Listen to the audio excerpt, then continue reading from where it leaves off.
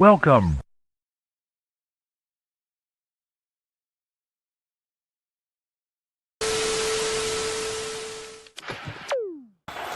First and goal. Mahomes swings it. It's there! Hardman! Jackpot! Kansas City! Ready, down! Put. Hello? You play to win the game. I don't want winners. I want people that want to win.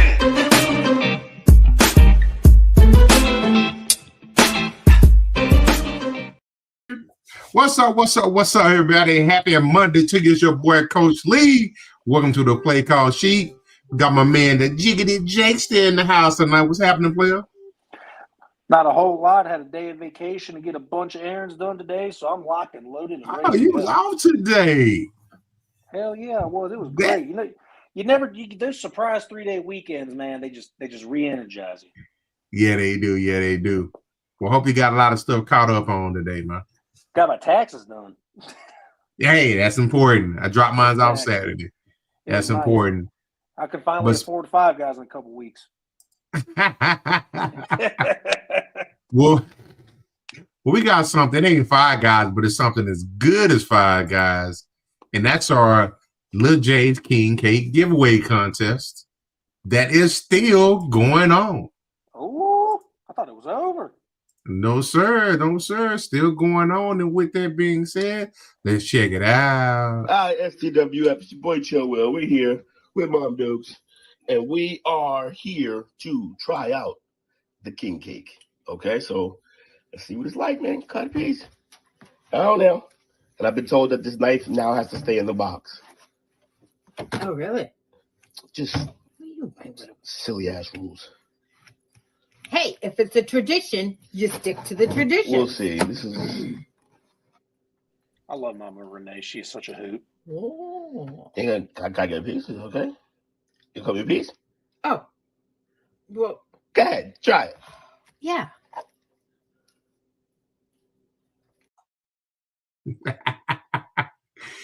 So that was one of our recent winners, Mama Renee, will by default. But if you want to know how you can get locked in on that King Cake and be a part of this, here you go. What is going on, people? It's your boy Chillwell. And guess what? It's Mardi Gras season, y'all. And you know what that means. It's time for King Cake. STWF TV is giving away 2 King Cakes per week from Little J's Donut during Mardi Gras. All you have to do is subscribe to STWF TV on YouTube and comment on the STWF TV shows.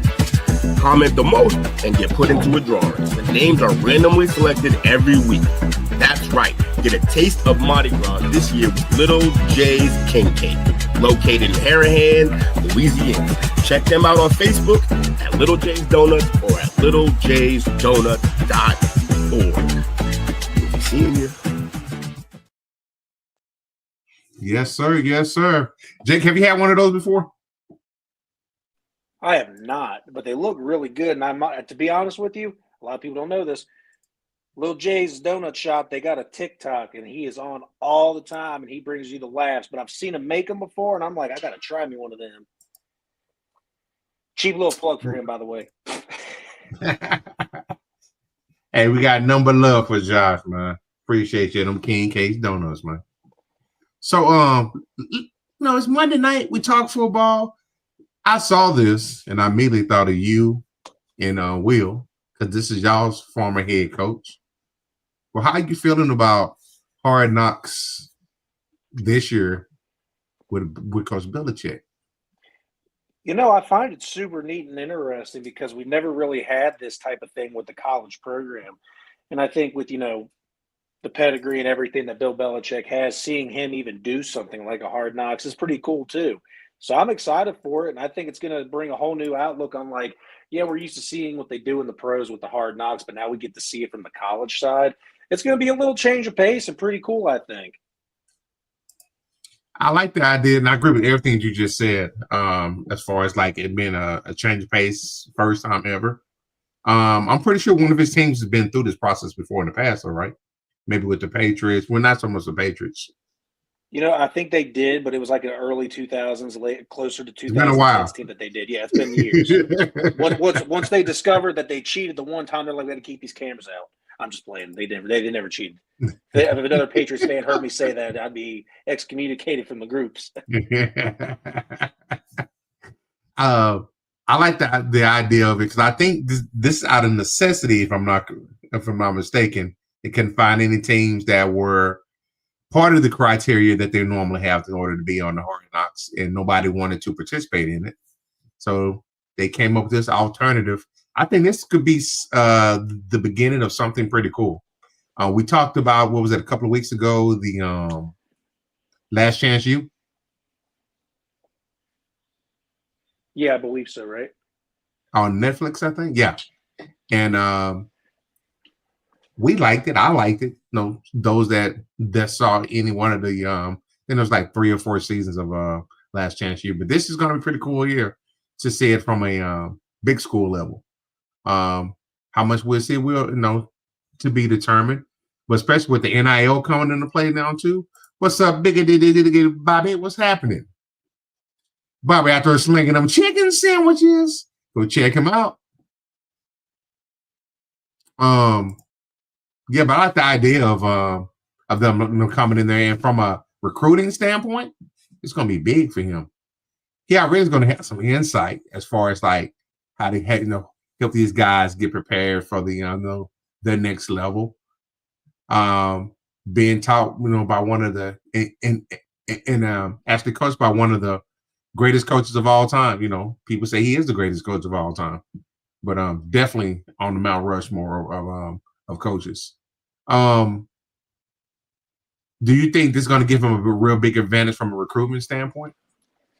I do, because now you get to see what how his practices would be, how he talks to his players, what kind of insight they get before a game.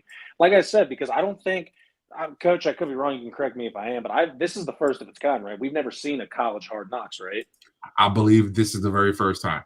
So this is groundbreaking. This is neat stuff, and I feel like that this is going to bring a whole new outlook, and you're going to see his philosophy. You're going to get a piece of what it looks like to be a college football player from practice standpoint, and how they take care of the film rooms and everything, because Hard Knocks is everything. It's not just about on the field stuff. So, I feel like this is going to bring good. Now, depending on how it goes, this could bring good or bad publicity depending on how Belichick handles it. But I think Belichick is an absolute professional when it comes to his football and how he runs his ship. So I think that this is going to do nothing besides help him in the future if he decides to stay his 3 years at UNC instead of bounce for the NFL after a little bit. Now, say if he's got the patience and he's got the ability. Like I said, for some people, he's the GOAT. For some people, he's definitely on the Mount Rushmore of head coaches. If he somehow, some way brings UNC to some type of prominence, and they even make it to a playoff, or even win the championship, are you ready to solidify him as the greatest of all time at that point? I already kind of look at him like that anyway. All this is doing is just adding another notch to the belt for me. Okay, fair enough. Again, that's definitely hardcore biasism with who you're asking. I don't know exactly how my fellow Patriots fan Will would answer this, but at least to me, because this was my lifetime coach, I became a fan in 2000, 2001. That's Belichick's straight takeover. And I'm like, I already think he brought us 7 championships, right? 7, 6, 7, 6. something. Yeah, something around there. And it's like, I've seen nothing. I've known nothing besides what Belichick has brought. So everything else is new to me since. I've been spoiled and I'm cool with it. Trust me, I wouldn't change it. And yeah, I think he's the greatest. And I feel like this would just show a different side of him and say, look, I'm versatile just like Brady was. And if he brings him some kind of, I guarantee, not this year, next year, more than likely year 3, they'll be in the playoffs, no problem, for sure. If he sticks around and he doesn't go back to the NFL. Bold prediction, man. We're gonna put this one in the time capsule and come back to it. I'm down. Already. All right, so next up, man, I saw this at first. I know Again, something we've talked about in the past, but I didn't think it was going to happen this soon. And that one is the Hawkeye, as the guys are calling it. But the NFL made an announcement that for the 2025 season, they will use a digital measurement system to conduct chain measurements instead of bringing the chains onto the field. They said this change is expected to cut over half of the time required for a measurement. How do you feel about that as a purist? See, as a purist as I am, and you guys have already heard me complain about this, I'm trying my best to try to see the good in it and see where this would help. I don't care. There's only one sport ever that I thought took too long, and they've already fixed it, and that's baseball. I don't care how long a football game is, as long as they're getting it right and it's as fair as it can be. And with the chain gang being a figural, or I can't think of the word. I just said it and I messed it up. Such a crucial point of the game, and it's always been there, and that's how they've kept the measurements and whatever. I really don't see why we got to bring more technology into it. But if it's going to be precise and actually have it, which it's already proven that the technology in the NFL is not precise, let it be a trial year. If it doesn't work out, we don't like it, then just go back to using the regular chain gang. It's fine to bring them out on the field. It's fine to have a precise measurement. If you see where the ball is, it's exactly where you line up the chain. And when you walk it out, that's where you walk it out. It's not that hard of a thing to follow. But, we got to get with the times. And I'm not trying to get off my lawn here, but it's like sometimes some things just don't need change. If it ain't broke, don't fix it. Right. That's kind of how I look at it, though. Okay, fair enough. I didn't mean to go back to that. I didn't mean to click on that. But I think this is the first wave of the game totally going digital. They're doing with the chain games. I think at one point in time, didn't they have like a microchip on one of the footballs or something like that at one point at the goal line? I believe so. So that does sound familiar. I do feel like I remember that. So I would think the logical next step is just have that actual chip active during the game. Why actual plays occur. I just think they're just doing it in layers, trial and error. They don't want to just throw it out, all the changes out there at one point at one time, but just a little bit at a time. So I think probably in the next 4 to 5 years, we're probably going to see the game being totally digital, if not sooner. It's all right. Eventually, they're going to have 11 players sitting in one room with a VR headset, and that's going to be the football game. That is true. I'm just saying, this stuff's only going to get worse and worse if we keep bringing it out and everyone's worried about concussions. You know what? All the kids anyway stay inside and play their video games anyway. Why don't we just throw a VR headset, and that's the new NFL? Yep. It's just going to keep getting worse, Coach. I don't want to – this is where the purist in me. I'm like, I like having my shiners and my black eyes and my PTSD. I'm just kidding. That was a joke. But, like, the game is the game for a reason. Let's make sure that the game we're playing is still a game. Right. I just don't – I'm fine with enhancing. I'm fine with making it easier on people. I mean, but we already got, challenge plays getting taken to New York to be figured out. Now we're going to start taking away the chain gang. I mean, we're doing too much here. And we're also doing too much of it. You're right. We're going full digital. That's what this is turning into. How much do you think the gaming industry is involved in this? How much? Probably a little bit. I don't know if it's a lot, but it's going to be a little bit for sure. They're the ones that are coming up with most of the technology just for the said game. Yeah. So, I mean, they got to have a little bit of a hand in it. Yeah, a lot of people not paying attention to that aspect of it, I don't think. It's not because of gaming, like the actual football game itself. It's the game within the game. Yep. The casinos and whatnot. Oh, for sure. Because that'll be a better way to track and make it, complete. Instead of just going off of guesses, because that's where a lot of people lose the money, and that's where, a lot of casinos will lose their money too. Yep, they want it to be as clean, crisp, and accurate as possible. That part makes sense. I honestly thought I thought you were honestly talking about the video games. No. Well, that's part of it too, but because they probably get a little bit of the technology even for the games itself, the game within the game itself.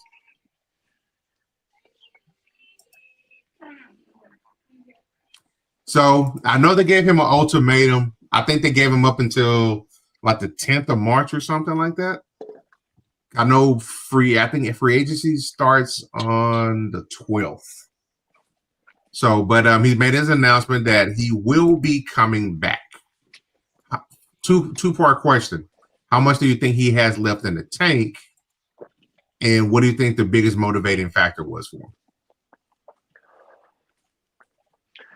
I feel like he's got one more championship left in him. That's what he's waiting around for. How productive will he be? The way they use him is the smart way to use him. They don't overextend him in the regular season. If they know they're going against somebody tough, they get him more involved. But the thing is, I think this coming up year, I don't think they're going to need to use him nearly as much as they really needed to use him last year and didn't. I think if they win the championship next year, which is likely because everyone's saying that this is going to end up being a Kansas City revenge tour year. But teams fall off, dynasties fall off. This might be the fault of the dynasty. So either they're going to win it or not. I mean, I understand that's pretty vague and obvious to pick, but I think he's got, if they don't win a championship, 2 years, and I think we're going to be hanging on by the edge of our seat at the end of next year to find out if he's retiring or not. But if they win a championship next year, he's done. How valuable is he to the team? He's very valuable because you always got to have a defender on him. This is Travis Kelce we're talking about. But I think next year their wide receiver room is going to be better. They're going to have Rice back. They've already got Worthy there, who's going to be a deep threat. There's going to be a third wide receiver there, whether it be DeAndre Hopkins coming back, Hollywood Brown coming back because they're both free agents, them possibly making a trade for Devontae Adams because they might be in the picture for that, or they might draft. I don't know. But they're going to have a third wide receiver that they are going to spend money on. Not spend money on, but like spend money on for a 1-year deal to help even out their wide receiver room. And I think to give Pacheco some help, they're going to also probably draft a running back so that running back room's full as well. I think Kansas City's really good at filling out their roster every year, and I think that they're going to do that in the draft again. But no, for me, if they win next year, Kelce's done. If they don't win, I think he's got 2 years left in him. We saw his production go down this year when it probably shouldn't, but they know his age, so they save him until the playoffs, late year in big games. So I think we're going to just see that all over again. Okay. That was a little. I was looking at my bad. No, not at all. So that's why I asked it in a 2-part question. I took a sneak peek. It makes sense as well. His contract that he's on right now, like they could have got out of it this year, but it does expire after this year, so they may just go ahead and honor it out. That he's due a roster bonus of $11.5 million on the 14th, and another $1 million roster bonus if he's on the 5th day of training camp, if he's still on the team. So he got a chance to make $12.5 million this year, just in bonuses. That's a pretty nice chunk of money. It is. All right, brother. Next up, we thought he's going to get traded, but he's staying. Matthew Stafford has restructured his contract to stay with the LA Rams. The deal itself, it said, according to Ian Rappaport, the deal with Stafford will be agreed to and finalized over the next few weeks. Sources saying the salary for 2025 will be available then. It'll happen likely after free agency. But they indicate it's a 2-year deal worth between 90 and 100 million in guarantees. Talk about a chunk of change. He had been set to count 49.7 million against the cap and more than 53 million against the cap next year, but his base salary for 2025 was only 27 million under his previous deal. they would have been able to save more than $30 million by cutting him after 2025. Ooh, so they stuck with him, huh? By extending him? Yeah, they didn't. They definitely didn't want him to walk. I think that they originally were looking at the money and said, hey, go ahead and explore yourself. And if you don't see anywhere you want to go, we'll see what we can do. And I think he wasn't getting very many deals that he liked. He had, Tennessee and the Giants. Those were his options. He's already dealt with that with Detroit. So they were like, okay, let's restructure and figure out something. And they did what every other smart NFL team would do, make it incentives and bonus based. Okay. And also what this makes me think, do you think with Stafford restructuring and staying, do you think this means that they might change their mind on Kupp and bring him back? No, from what I've seen, they're still actively either trying to trade him or outright releasing him. So they figured out that even with the restructuring, it's time to move on to the next thing. Yeah. That's crazy for everything that man's done for that organization. That is crazy. He was just a Triple Crown winner. What was that? 2 years ago? 3 years max? Yeah, definitely. Or was that longer than that? Long ago. No, it was. Or was that the year they won the Super Bowl? Yeah, I was about to say the year they won the Super Bowl was 2020 or the 2022. They went to the Super Bowl and won it, I think. So 4 years ago. He was just considered the greatest wide receiver in the game at that time. It's nuts. Just to give up on him like that. But the thing is, their wide receiver room is really not all that big either. They've got Puka. They've got I'm naming the ones that I can name off my head. They've got Puka, Robinson, and Atwell. 3 of them I can think of off the top of my head. And 2 of those guys, you might not even think are like, oh, okay, I mean, yeah, you just named 3 receivers on the team, but I only think one of them's anything to be worried about. Do you think that because they have had so much success over the last 2 or 3 years with young wide receivers coming in, that they feel comfortable doing this? Well, that organization must think Sean McVay's some kind of wide receiver whisperer for them to be having this much faith in it. I mean, because no one, let's be real. None of us thought that, Puka was going to be what he was until it actually happened. And you're like, okay, wow, maybe McVay does have something up his chambers and barrels about knowing what wide receivers are and what they could become. Or maybe he's just getting lucky. Because I thought Cooper Kupp was a nice receiver, but they got him in the 3rd round. Puka, he was a late round pick too, I believe. I mean, you find diamonds in the rough, but I mean, look, you struck gold twice. It might not happen a 3rd time. It should be. It could be a little bit of arrogance. I think so. I'm not gonna sugarcoat it. I think it is arrogance. I think it's dumb to let Kupp walk from that team. So that's a good point. I agree with you on that. So that's a good segue into this next one. You think it's dumb for them to let him walk? How do you feel about this one? The trade that happened over the weekend. Deebo Samuel being traded for a 5th round draft pick to the Washington Commanders. I think. How much do you think he's got left in the tank? How much does he have left in the tank, man? The guy's injury prone, but he's not. He wasn't supposed to be the focal point of the offense with the 49ers, and he still got hurt. So I'm not expecting him to make any bit of difference. I think he's going to be there, and he's going to be a gadget. I think Scary Terry's still your main meat and potatoes there. They're bringing Ertz back, which is Jaden's favorite safety target. And then I believe they also have Dotson on the other side, and Deebo's basically going to come in and, hit that slot position and do some gadget plays at the running back position. So, I mean, he has a less chance of getting hurt in Washington. And I also think San Francisco didn't have the money to be able to figure out what to do with him, and they needed the cap. We kind of knew this was going to happen when they re-upped Ayuk last year. This is true. They probably figured, we'll bite the bullet this 1 year. Got both of these guys on his salary, these increased salaries at the wide receiver position. Let's go back one more time. Unfortunately, they had, the absorbent amount of injuries throughout the year, so they didn't get a chance to see that come to fruition.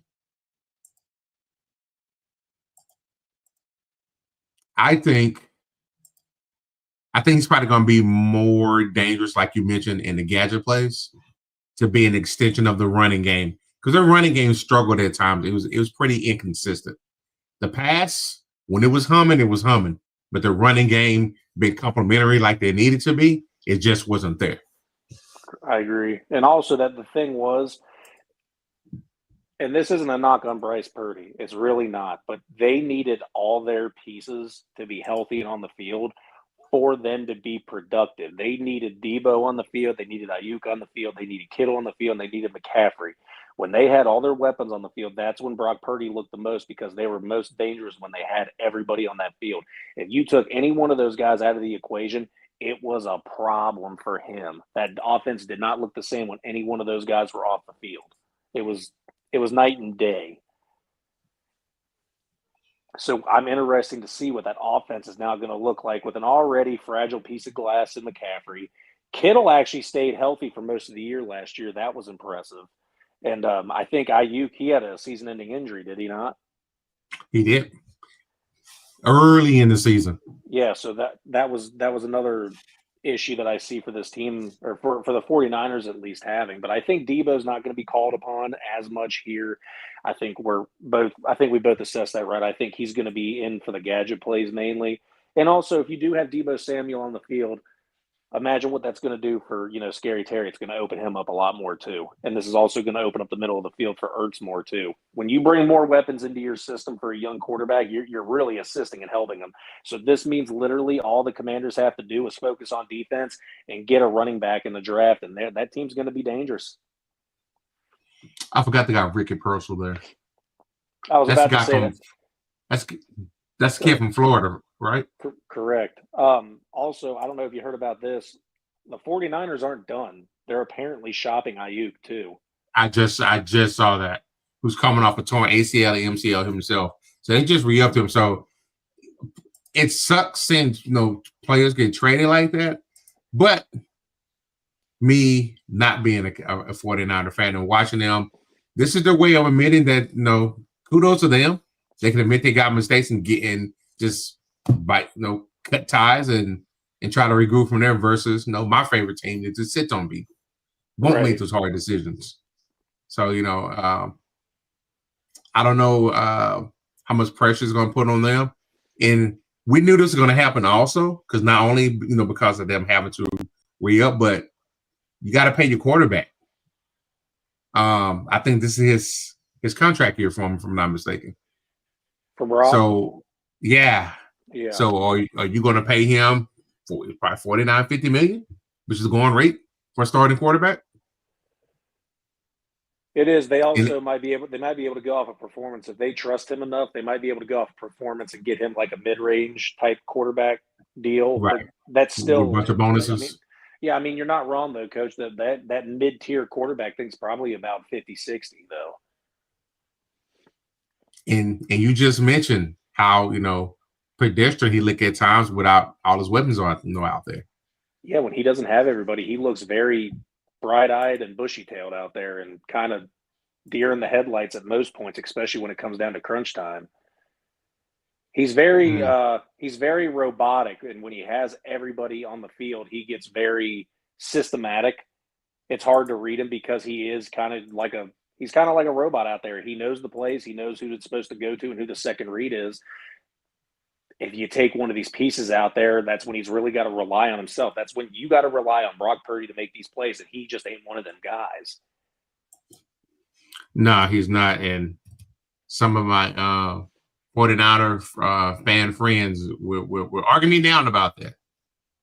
That they think he's ready to be that person. But now, see, it was cute at first when he was coming in. Without much expectations. Mr. Irrelevant. He's out. He's outplaying his draft position. But now you start talking about 40, 50, $60 million. Expectations come with that money. Exactly. And they don't have a backup plan. Jimmy G, he's in LA now. Lance, he's with you now.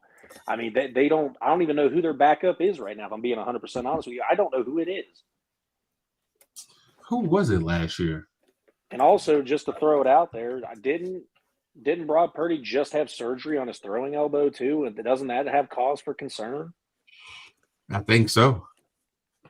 Is that repeat surgery?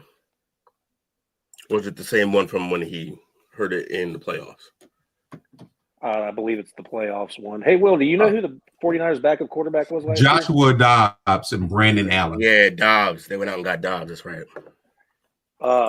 Sorry, gentlemen. Way to hold it down, Jake. Oh, no, you're good. We No have a words. good old conversation.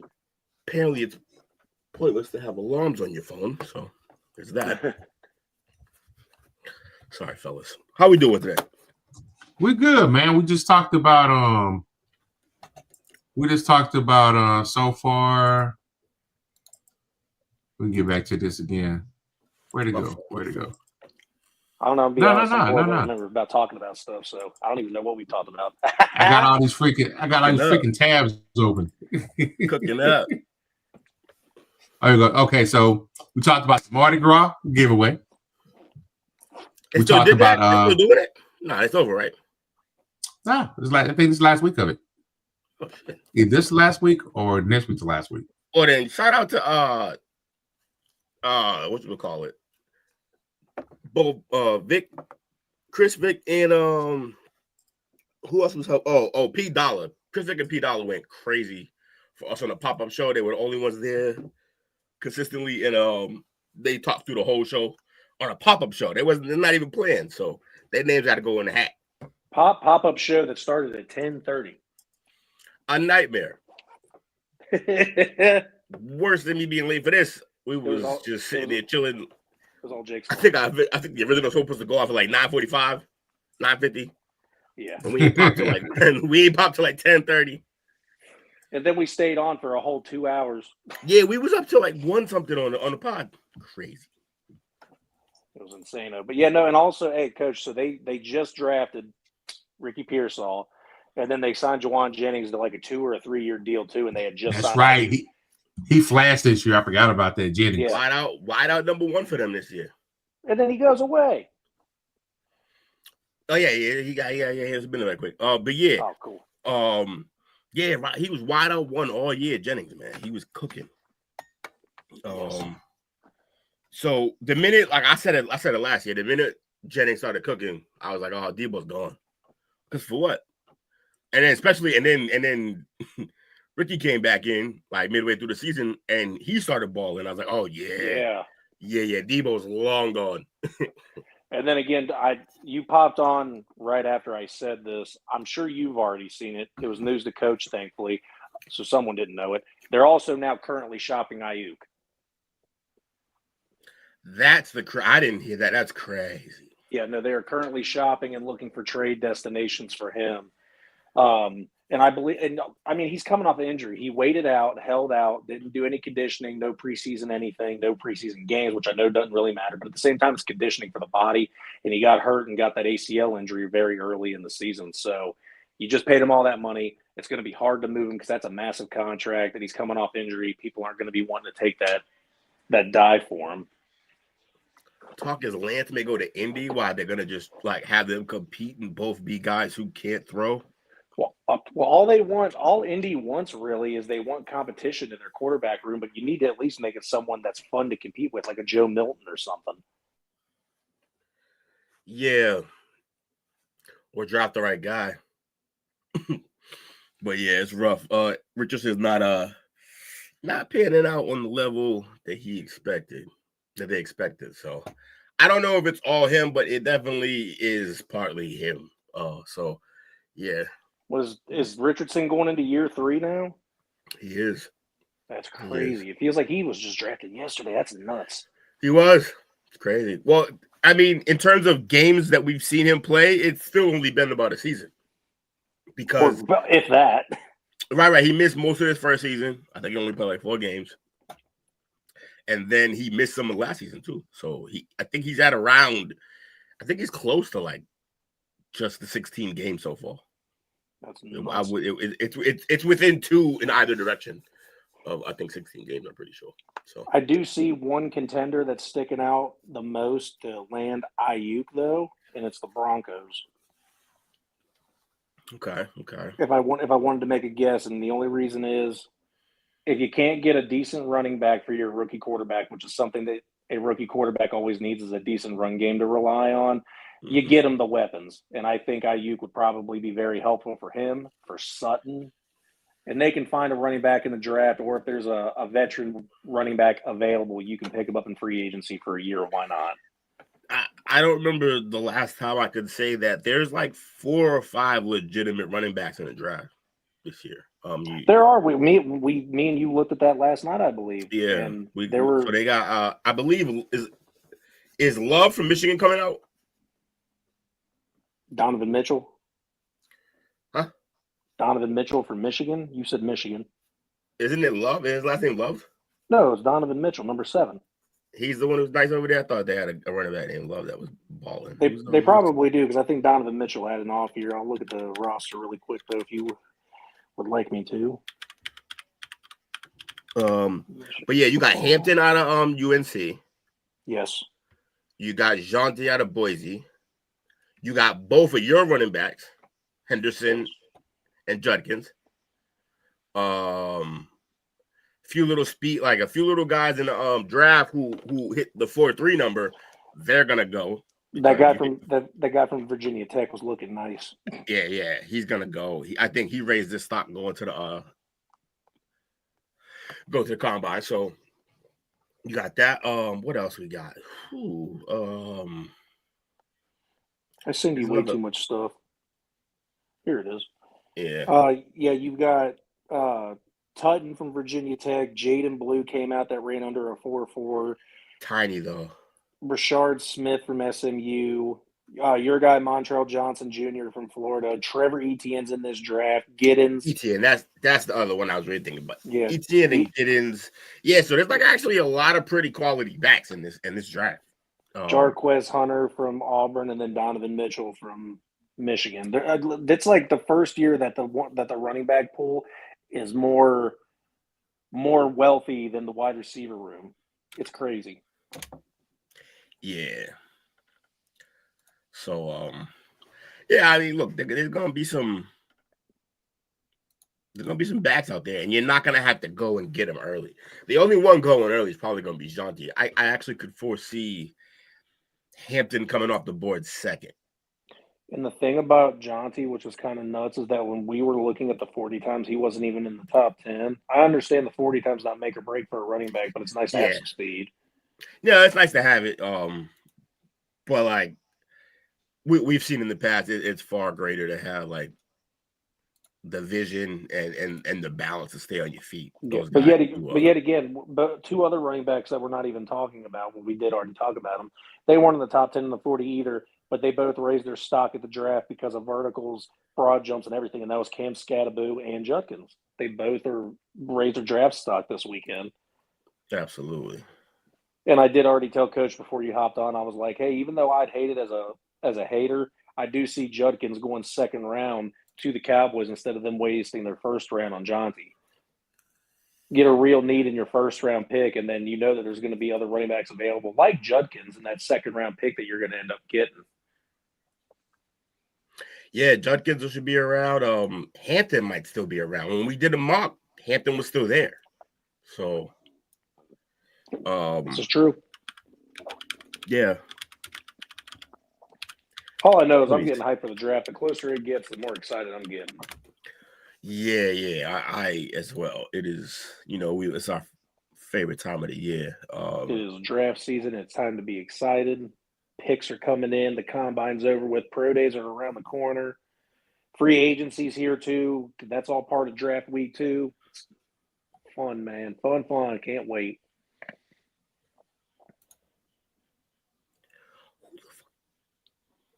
Why can't I? This is driving me nuts. Trying to figure out who I was thinking of at least.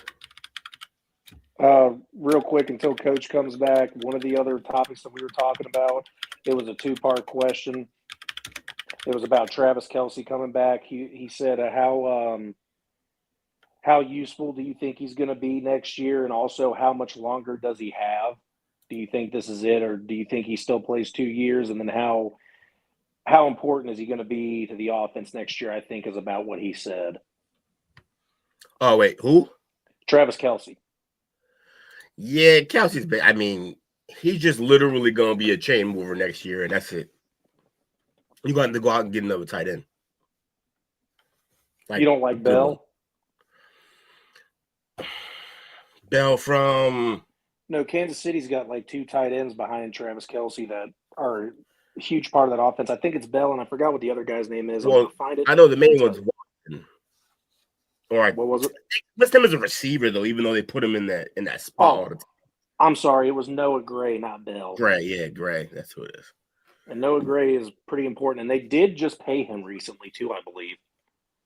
Yeah, but those guys they're paying those guys to be at that position. They're going to have to go out and get another starter.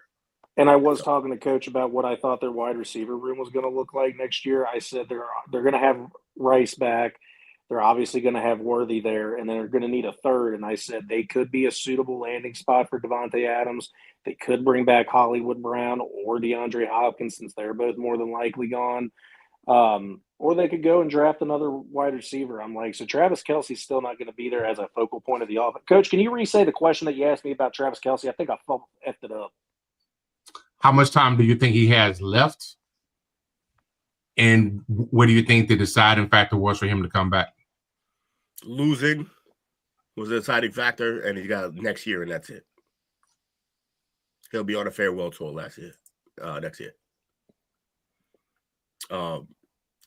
He also won't be their leading receiver, I don't think. I mean, he might lead them in receptions, but he won't lead them in yards and touchdowns next year. If he stays healthy, that'll be Rice. They're gonna make Rice a big part of this offense. They missed him, man. Like they were able to hide it all year, even though they didn't really hide it. We kept saying it. Yo, they keep. Remember, the Eagles got to the bowl. Their margin of different. I think their scoring margin. They were plus 43. I think on the season or something like that, and the Chiefs with a winning record were actually minus like 40 or something like that, minus 23, something crazy. So, like, they were actually, when they lost games, they lost by, like, a decent amount. And when they won games, they barely won. They were in the negatives with differential, I'm pretty sure.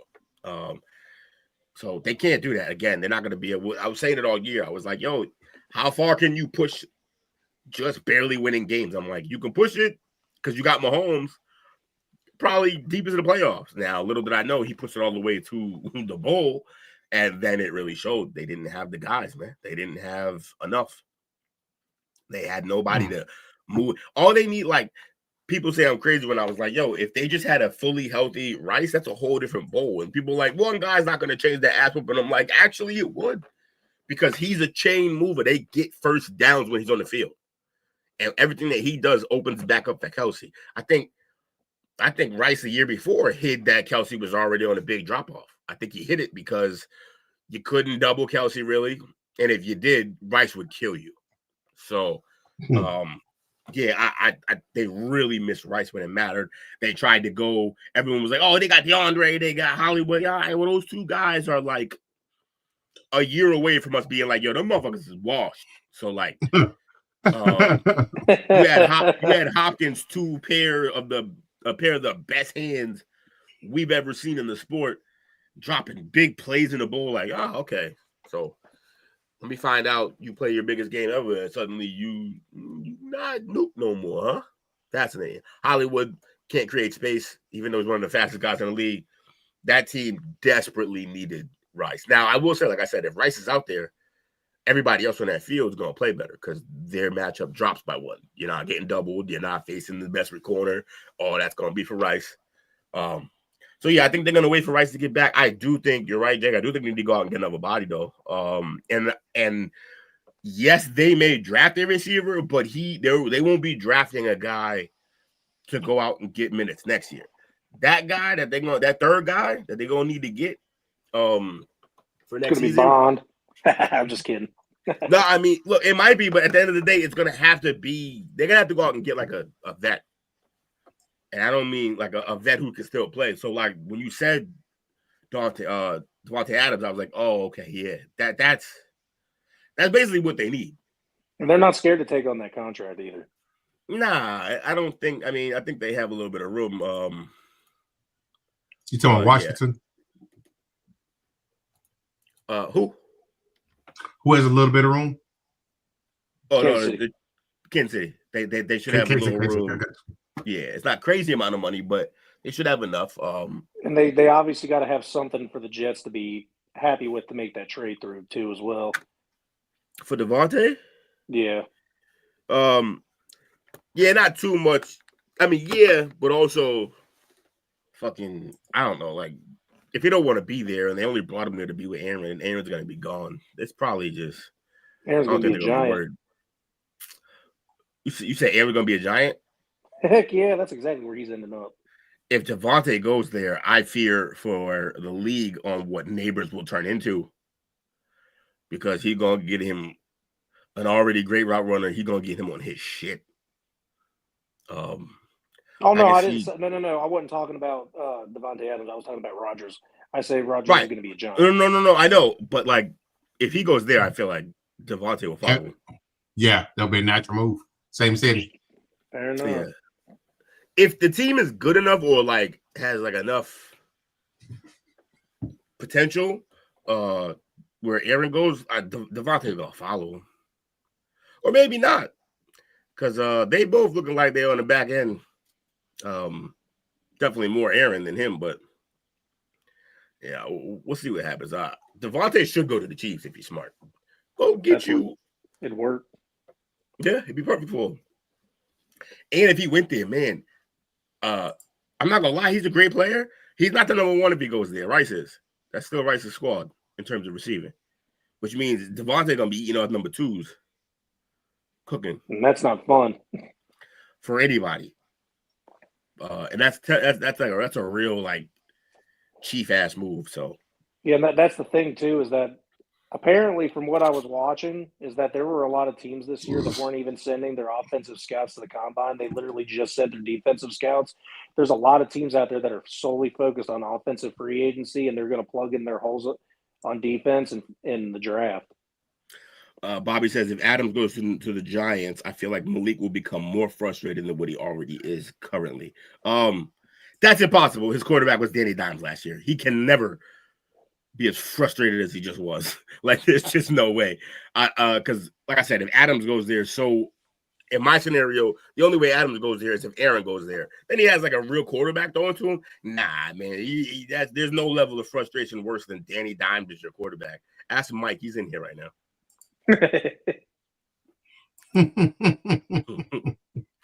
It's all right. It could be worse. The Jets are riding with Tyrod Taylor this year. Yeah, the Jets are gonna do Jets things. This is what they do. This is just who they are. The Jets are the Jets. They every like 5 or 6 years, they're like, let's put together a team to go with this defense. We're gonna put some guys out there. It fails. And then they just go the other route and they're like, let's put nobody out there. Yeah, this has been the last 5 years. They finally built a good defense, and it's like, why can't you guys build your offensive line like you build your defense? It's not that hard. Oh, by the way, why don't you go get a real quarterback? You got the weapons finally. You got a good running back. You got a couple of good wide receivers. Get the quarterback in the damn line and then get it together. You're talking about the worst owner in the NFL. I know. Yeah, because Dolan's gone. So wait, Dolan's gone. Yeah, Dolan's gone. So yes, to that. Did somebody say Cowboys? I knew it. You either gonna say Cowboys or you gonna say Jacksonville or something like it was not a lot of options, but yeah, bad ownership, and don't sleep. Hot take: Kraft trying to weasel his way onto that list when we realized that's a lot of Bill, a lot of Tom, not a lot of Bob. Is what I'm saying. Not heavy on the Bob. Not as much as it should. No, because he thinks he's Mr. Burns now. And Two called that and made me wrong on live television. Pissed me all off. So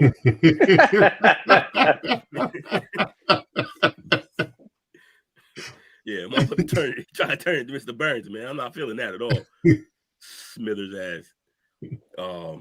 Yeah, so hopefully he figures it out. Although I think he got lucky with the May situation. I think May's really good, actually. May has the same thing that I've always noticed about JD5, and I'm looking forward to next year and seeing if it maintains. I like to call, when they're young and they're rookies, I call it like they're just too dumb to be scared or too dumb to know. But like honestly, he looked like JD5 like a serial killer out there. Like it could be a tough situation, and this motherfucker is just T-Mac face, just nothing's going on. Like just Sniping. Yeah, like that dude. He's the opposite of Jalen Hurts. Jalen Hurts looks so unhappy on the sidelines. JD5's over there smiling the whole time, like I gotta go win this game. But like in the game, same temperament. Nothing's happening. It's just like we're balling here. We got plays to make, and I don't really got time to be emotional or Well, I think that's the best. I think that is the best part about the rookie though, is that when the rookies come in there, this is the first year living their dream. They're out there having fun. It's like they're really treating this like a game instead of a business. When in 3 years they're gonna start treating it like a business. And if they're good, like I said, they dumbass. If they're good, they're like, oh, this shit's easy. Some of them dumbass motherfuckers say the shit too, but like they just be like, oh, it's a little easier. Like, all right, you about to get fucking high load real soon. Yeah, year 2, different still. At your boy's crowd. They go high low you. Those are grown men with kids, and you talk about some easy. Yeah, like you said, there's always that welcome to the NFL moment, and it's a coming if it ain't already a coming. I remember Reggie Bush thinking everything was sweet, and then he met Sheldon Brown a corner, and he almost didn't get up. Well, yeah, what's his name? I was watching the New Heights podcast, and they asked Joe Burrow, "What was your welcome to the NFL moment?" He was like, "It was Brandon Graham."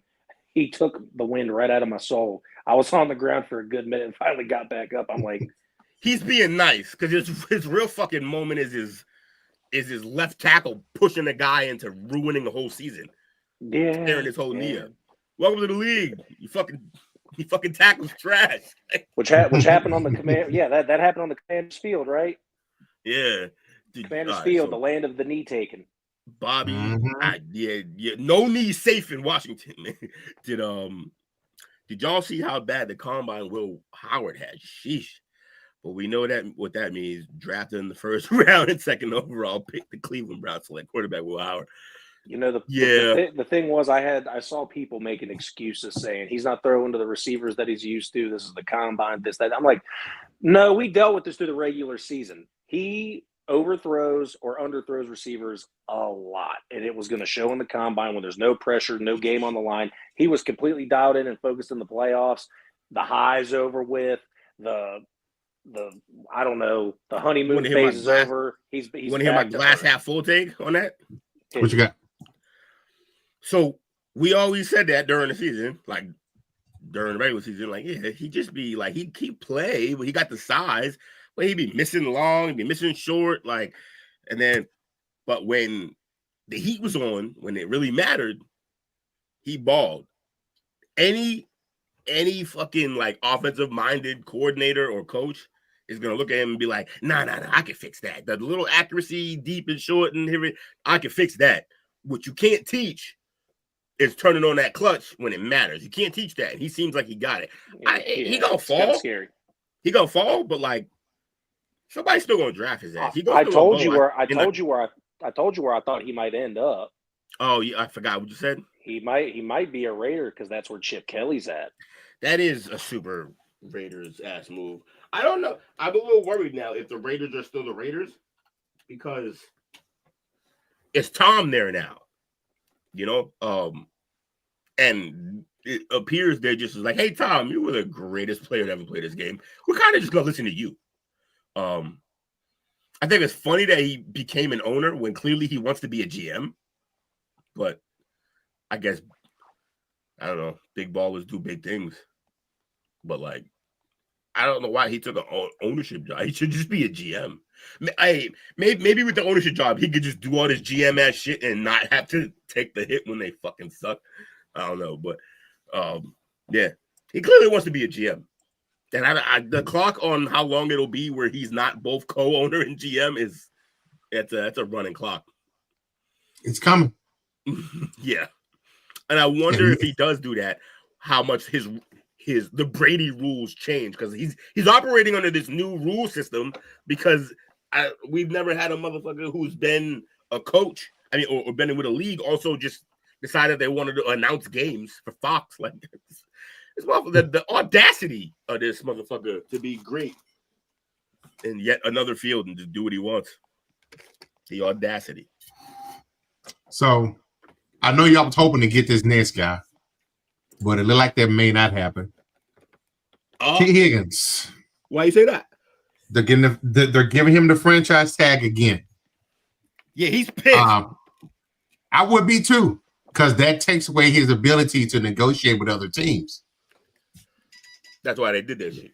Versus, not allowing him to go find the best deal for himself versus them slapping that tag on him, which I think this year puts him at $26.5 million, if I'm not mistaken, on a franchise tag, and they have until July the 15th to get a deal done.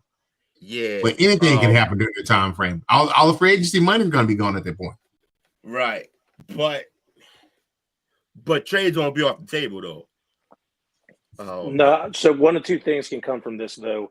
They obviously did this to make some time for contract making, and also if they cannot, because they apparently there was a deal put on the table for Jamar, but they're still way off on the money. So eventually that contract is going to be done, signed, and done with whatever.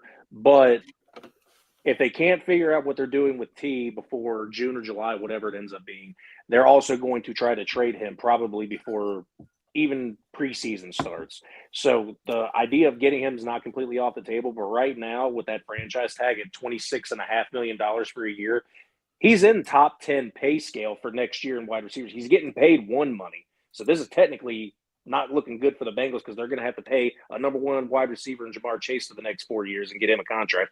And if T. Higgins doesn't get traded and he stays, you're paying for two number one wide receivers, and that's something Will said they need to try to avoid.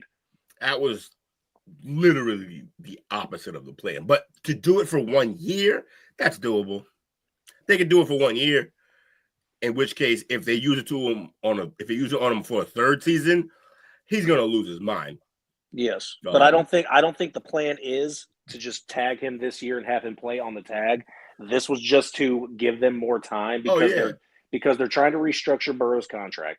They're trying to get They're trying to get Jamar Chase signed long term. They're trying to get Hendrickson signed long term and T. Higgins. It's a lot easier to try to get two guys done instead of three all at the same time. And also, you're going to be dealing with the same agent as well because T and Jamar both have the same agent.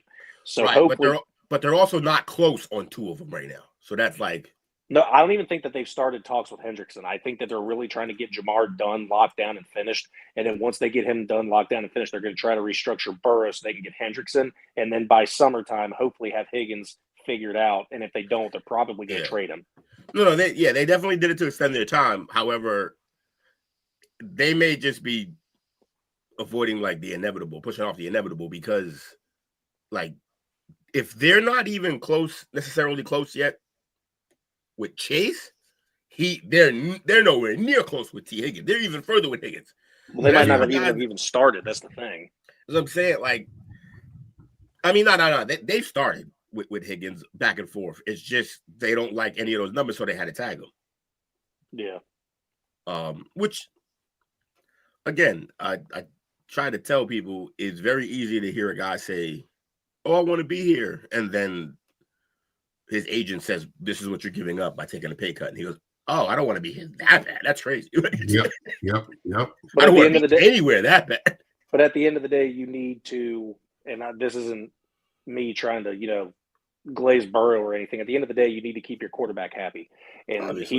he wants both these receivers here. And if you take one of them away, you're possibly going to see at the end of this contract with Burrow him go to another team anyway. You're going to end up losing your franchise. Nah, that's what would happen if you don't sign Chase. Higgins, no, I think it ended up being both, honestly. Nah, hell no. Because he can't be that unreasonable. As a quarterback, he can't be that unreasonable. And he hasn't proven to be the type of unreasonable guy. Look, at the end of the day, yeah, of course he wants both. But if you let Higgins go, he'll understand the business. If you let Chase go, yeah, he's leaving after that contract. He's going to be gone. And this also isn't the only thing. I feel like they just tried to free up some cap space. They cut Kappa today, which they got anywhere from like $7 to $9 million in cap just from cutting him. They're currently trying to figure out a way to get rid of Sam Hubbard. That way they can free up even more cap that way. They're probably not bringing back very many of their defensive players, and that includes a kicker, by the way, because they had Cade York because McPherson was out, so they're also going to save some money there. They're doing everything in their power to literally focus strictly on defense, but sign these offensive pieces back. But they're trying to make cap room in places they want to, because this isn't the only guy on off. These aren't the only two guys they need on offense to stay. They apparently really like Mike Gesicki too, and they're going to try to sign him to another year or two deal. If he'll be an easier sign because he won't take as much, but if he wants any kind of like decent money more than what they think, like there's not going to be a follow up. Like if they're going to slide him a number, and if he slides them back another number, they're going to tell him have a nice day. Yeah, because they don't have to afford it. Like we just said, that this draft is plentiful in running backs, but not only are they plentiful in running backs, there are a lot of good tight ends coming out in this draft too. So the Bengals can draft another tight end, and then instead of playing the tight end roulette every year of signing a tight end to a 1-year deal, they can draft one and be cool for 4 years. And I don't know how much, like, I don't know. I don't think there's a couple good guys in this draft at tight end. I don't see any superstars, but there's some depth. You can definitely add some depth for sure. So I think the only one is what's his name? I literally Loveland. I forgot the guy that I wanted Denver to take. Him and then Warren from Penn State. Those two guys are the ones that are kind of, top tier coming out tight end wise. But everybody else is serviceable, possibly not starting. What year was the Bowers replacement in? Because he's actually balling too. But I don't know what year he's in. Sure. Yeah, the Bengals, man. The Bengals are in a tight spot, man. They got quite a few talented players, and I'm not sure any of them. I'd hate to be the GM right now. Some tough decisions to make. Because, like I said, look, they can do it, but I just don't see a reason to do it. Look, if Philly can do it, they can do it. Here's the thing, though. Philly did it with one of those receivers being on a rookie deal. That's not the case here, which is why it's kind of an issue. No, I'm not. No. I'm not talking about the wide receiver. No, I mean, I know, but loading up on the team. But again, a big part of that is one of their best players on the field, Devontae Smith, was on a rookie deal. And I also don't know where the payments are, but I do know that if you put the contracts together between Philly and Cincinnati, Joe Burrow and Orlando Brown are the top two paid, and they're over a certain amount. Mm-hmm. Philly's got 7 or 9 of those guys on those type of contracts. So the Bengals have the money to spend and can pay all of these guys. They just got to do it a smart way. Yeah, and the smart way is not paying 2 receivers to be number ones. I agree with that. There's a simple, not a simple. There's a give and take between player and ownership. And a lot of players aren't willing to do the give and take part. So that's why a lot of players end up on different teams. Especially not for the Bengals, who are notoriously cheap. If that's all, if all you ever hear about the guy who runs your show is, they cheap upstairs, then when the time comes and you're like, nah, they're going to take care of me, and they lowball you, you're like, oh, you are what we thought you were. And we ain't letting you off the hook. I'm trying to look at the comparison between the Eagles and the Bengals. Salary cap wise? Top 5 salaries for each team. Damn. I'm telling you, the Eagles really did some gymnastics, y'all. You ain't never lying. They whoever the GM is for the Eagles, they need to get him on the national debt relief staff because he knows how to get the money around. Yeah. So top 5 for Cincinnati for 2024. Joe's at 29.7. T's at 21.8. Henderson 20.1. BJ Hill 10.8. Sam Hubbard 10.1 for his cap hits. A travesty that chases it up on top of that list.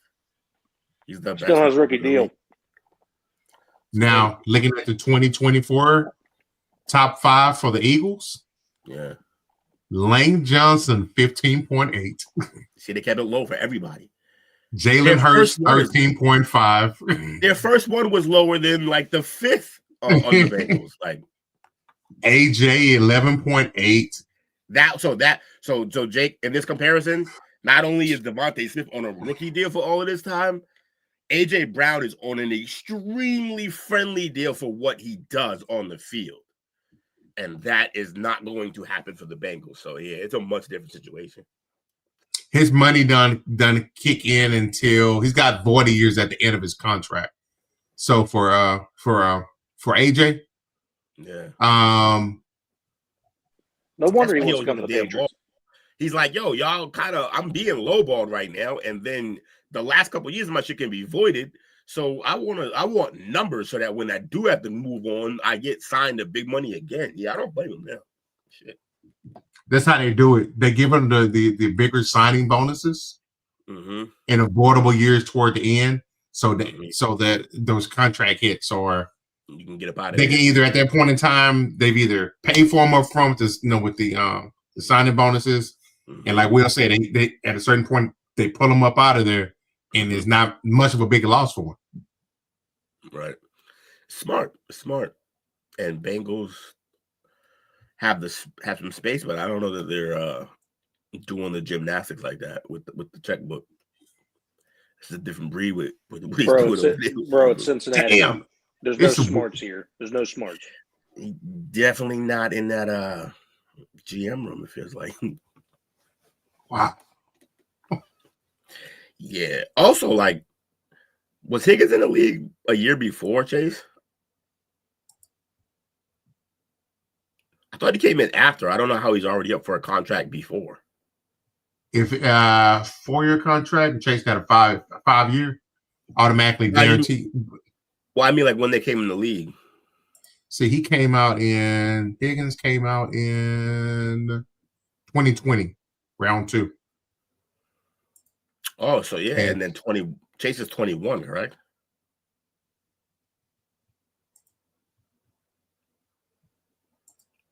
I believe so. Yep. Yeah. Okay, so that's why his contract was up for. Damn, I don't know why. I just felt like Higgins was the year after, but he was the year before. That makes sense now. And just where'd it go? Whew. I wanted to where'd it go? I was looking at Cincinnati. Who does that? No one looks at Cincinnati. Well, Cincinnati, I don't think they've ever been in a position like this before, where they have so much talent that's coming up at the same time. Nah. I wonder. Remember Chad and TJ with Carson? I wonder. They had Benson in the backfield too. Peep this. So for 25, Joe is a $46.2 million cap hit.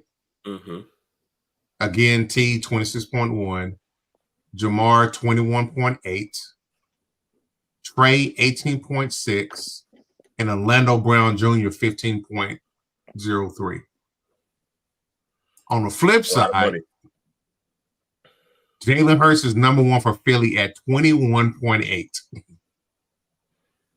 AJ Brown 17.5, Lane Johnson 17.4, Malata 15.7, and Darius Slade, who they just released, was due 13.7.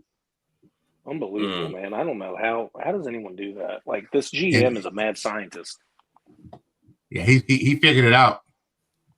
He's got the code, man. Science. Like, don't ever get rid of this guy. It helps when the team is good. The last team I saw pull off this type of gymnastics were my Patriots.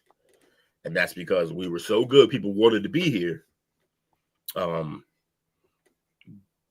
we were able to pitch to them, hey, you come in as a receiver, you're going to take a little bit of a cut. And that's because we're going to get you paid after you leave here. And Philly has had some great fortune. They've had some the Jordan Davises falling in their lap, stuff like that, and it had some great drafts. Carter, yeah, Nolan Smith, Zach Braun came out of nowhere. So what it is they're doing it on all levels. It is the GM, but also their scouting department and is just on point right now too. I heard somebody say that Howie is the first one in the Philly, as far as the organization, where they're aggressive in the drafting, evaluation, the free agency, and signing their own. Yeah, they get all three aspects of building a team. They attack it. They do their job, as the hoodie would say. So before we get into our weekly, I know you do crazy draft proposals for us, Will. Oh boy, here we go. Real quick, we were talking about Will Howard earlier and his combine. I went and looked up the graded quarterback performances. Who do you think had the biggest impact out of the combine this week? At quarterback? Yes, sir.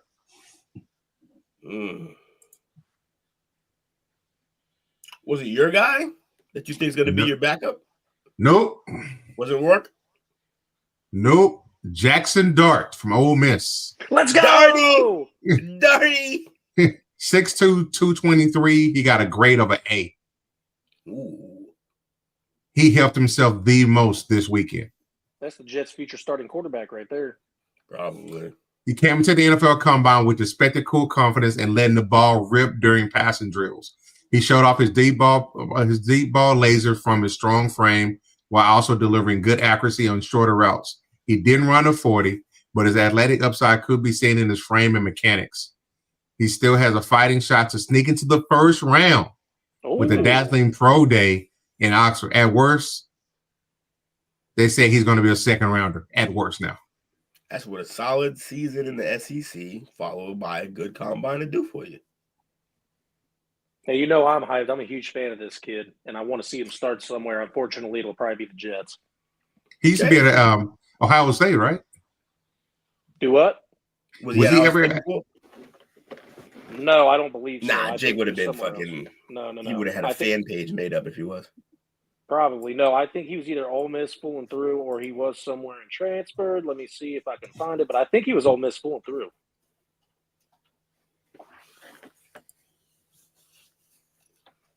Give me 1 second. Oh, USC. USC first, yes. In 2021. So he left after Caleb arrived. Yeah. He was like, all right, I'm out. Okay. And 6'2", 223 is about the average for quarterback nowadays. He did good. Number 2 quarterback with a grade of an A, Tyler Schaff from Louisville.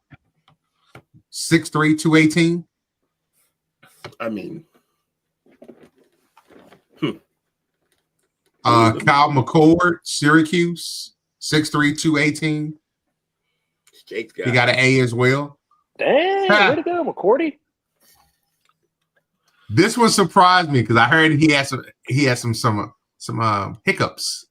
But the gunslinger, as Dale calls him, Quinn Ewers. 6'2", 214. He is this year's J.J. McCarthy. Scouts wanted to see him show his whole passing repertoire, and he looked comfortable even when not throwing to his former teammates, Bond and Golden. He made all the throws, putting zip when needed, but also proving he can be an accurate touch passer. Once he was in rhythm, he was smooth and made the throws look effortless. He can go anywhere from the second to the third. But somebody I was listening to today say at times when he did miss, it looked like he does when he's has the accuracy issues, when the pocket gets hot for him. Mm-hmm. Oh, Coach, I forgot to tell you about this too. Apparently, you know who's got a lot of interest in Jackson Dart? Who's that? Your Cowboys. They did say they're going to take a quarterback in the draft. Yeah, they've had their teeth sunk into him since the Senior Bowl. Really? Yeah, they had a long conversation with him at the Senior Bowl, and then I believe they also talked to him at the Combine. So they like him as well. Surprised it wouldn't be Ewers, though. Nah, we've had time to see this kid locally. He get his rattle. He get happy feet, man. Everybody in Dallas just watched everybody like really want fucking a Manning in there the whole season. So yeah. And then in that Ewers performance where he kind of melted down a little bit, I saw it in high school, man. You have been eyeballing the destruction of Ewers for a while.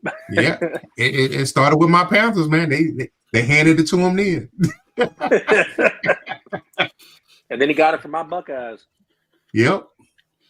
Brady Cook is number 5 from Missouri. Got an A-, 6'2", 214. Seth Hennigan from Memphis, A-, 6'3", 215. Jalen Milroe got a B+. What do you think about him? Jets. That's what I think.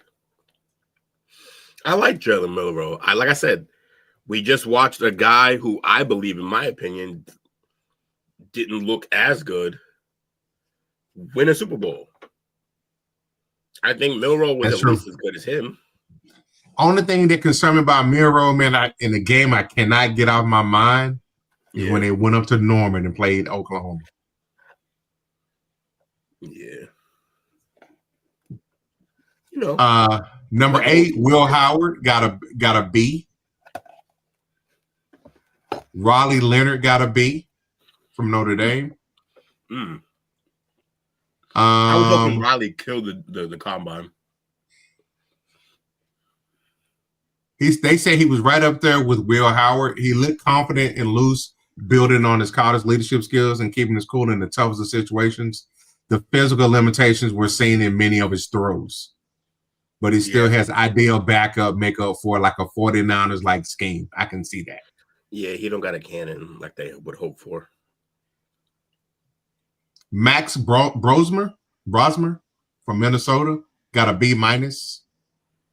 And last of the quarterback grades, Dylan Gabriel got a C. Yeah, he's a fucking midget. Yeah. And not even like a cannon arm midget. Like they say he is better, probably better off as a day 3 developmental consideration in the right system. Houston, he'd be a good Washington backup. Yeah. Come in there and try to do similar things. But yeah, man, if you're gonna be short, you gotta have like a rocket of an arm. That's why it worked for Russell. You gotta be Kyler. You gotta have like unreal accuracy and predict these routes the way Drew Brees used to.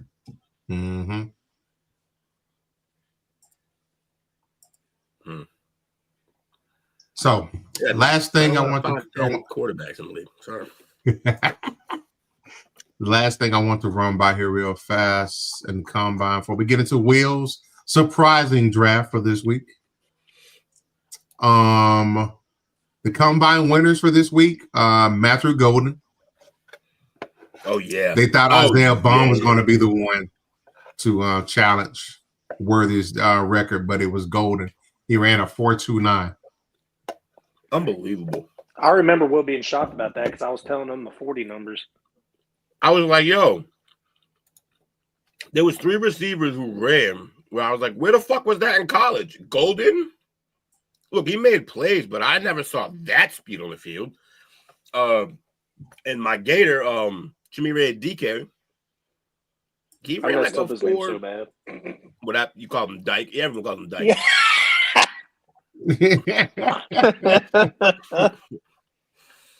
It might be Dyke. I might just be calling him DK because I don't want to say Dyke every time. But yeah, DK ran like a 4.3 or something like. I was like, yo, where on earth was that speed? And Badger ran like a 4.4 something. I'm like, you motherfuckers, where was all this speed? And then I realized, it's because it was Mertz. for most of their time. They were dealing with Mertz. Yeah, not only that. I mean, I sent you all those 40 times, and then the running back from Texas as well was the second in the 40 for running backs. So Blue? Texas had a decent showing. Yes, Blue. Yeah, Blue's fast. He's a little low. This kid right here, he definitely upped his stock at the combine, and I'm glad for him. Get familiar with the name of Edge Landon Jackson from Arkansas. He's 6'6", 264 pounds. There was a video to where I'm gonna see if I can pull it up. But when I first saw him, like, there's no way this is guy.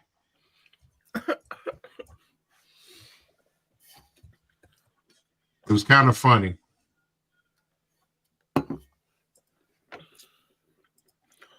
Whatever happened to I can't remember the song. I don't know why I was singing Full House, but That's from Full House. days go by.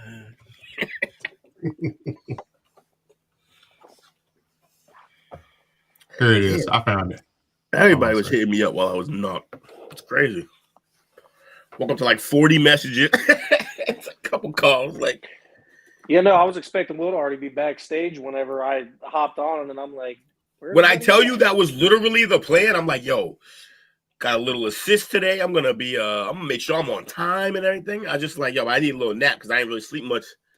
So I took a nap at like 5:30 and I woke up with 9:30. This was him, I believe, in high school or coming out of high school.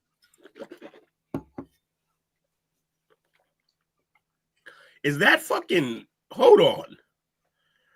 You like Chris Brown at first? Who's he bitch slapping? It's not about bitch slapping. He was running like he was a whole not guy. You seeing this? That's how Caitlyn Jenner slaps. Are you seeing this shit? He looked like. Also, he looked like Charlie Villanueva. He does. There's a whole lot of. There's a whole lot of. That's my purse going on. Yeah, don't go. Don't do. That's my purse. I don't know you. Damn it, Bobby.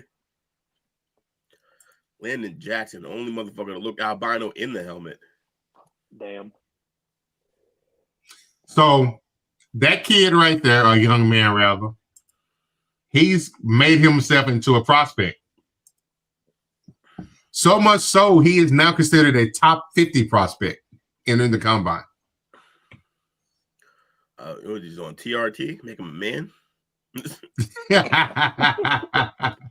They say he put on a show in the drills, the 40 and a half inches in the vertical, was the best at his position. 10 feet, 9 inches in the broad jump, which got him second. And again, his frame, 6'6", 264. And they say he's got a motor. So he's made himself into a football player. Yo, algorithm jaded as shit, cuz. It's just all politics here. But yeah, that's what's up, man. Shout out to Jackson. Like, yeah, you come into any league chopping like that, and now you a top 50 pick. That's what's up. You did the work. They gonna play that when he get drafted though. Whatever team he go to, that video getting sent around. They all, yeah. He might walk in the building and it might just be on every screen. When I first saw them, I thought maybe they're doing like donating their time, to certain Olympics and stuff like that. When I first saw them, he was like, "Here's a Make-A-Wish kid. This is a kid that Took's gonna yell at." I was about to say, don't tell Took about that.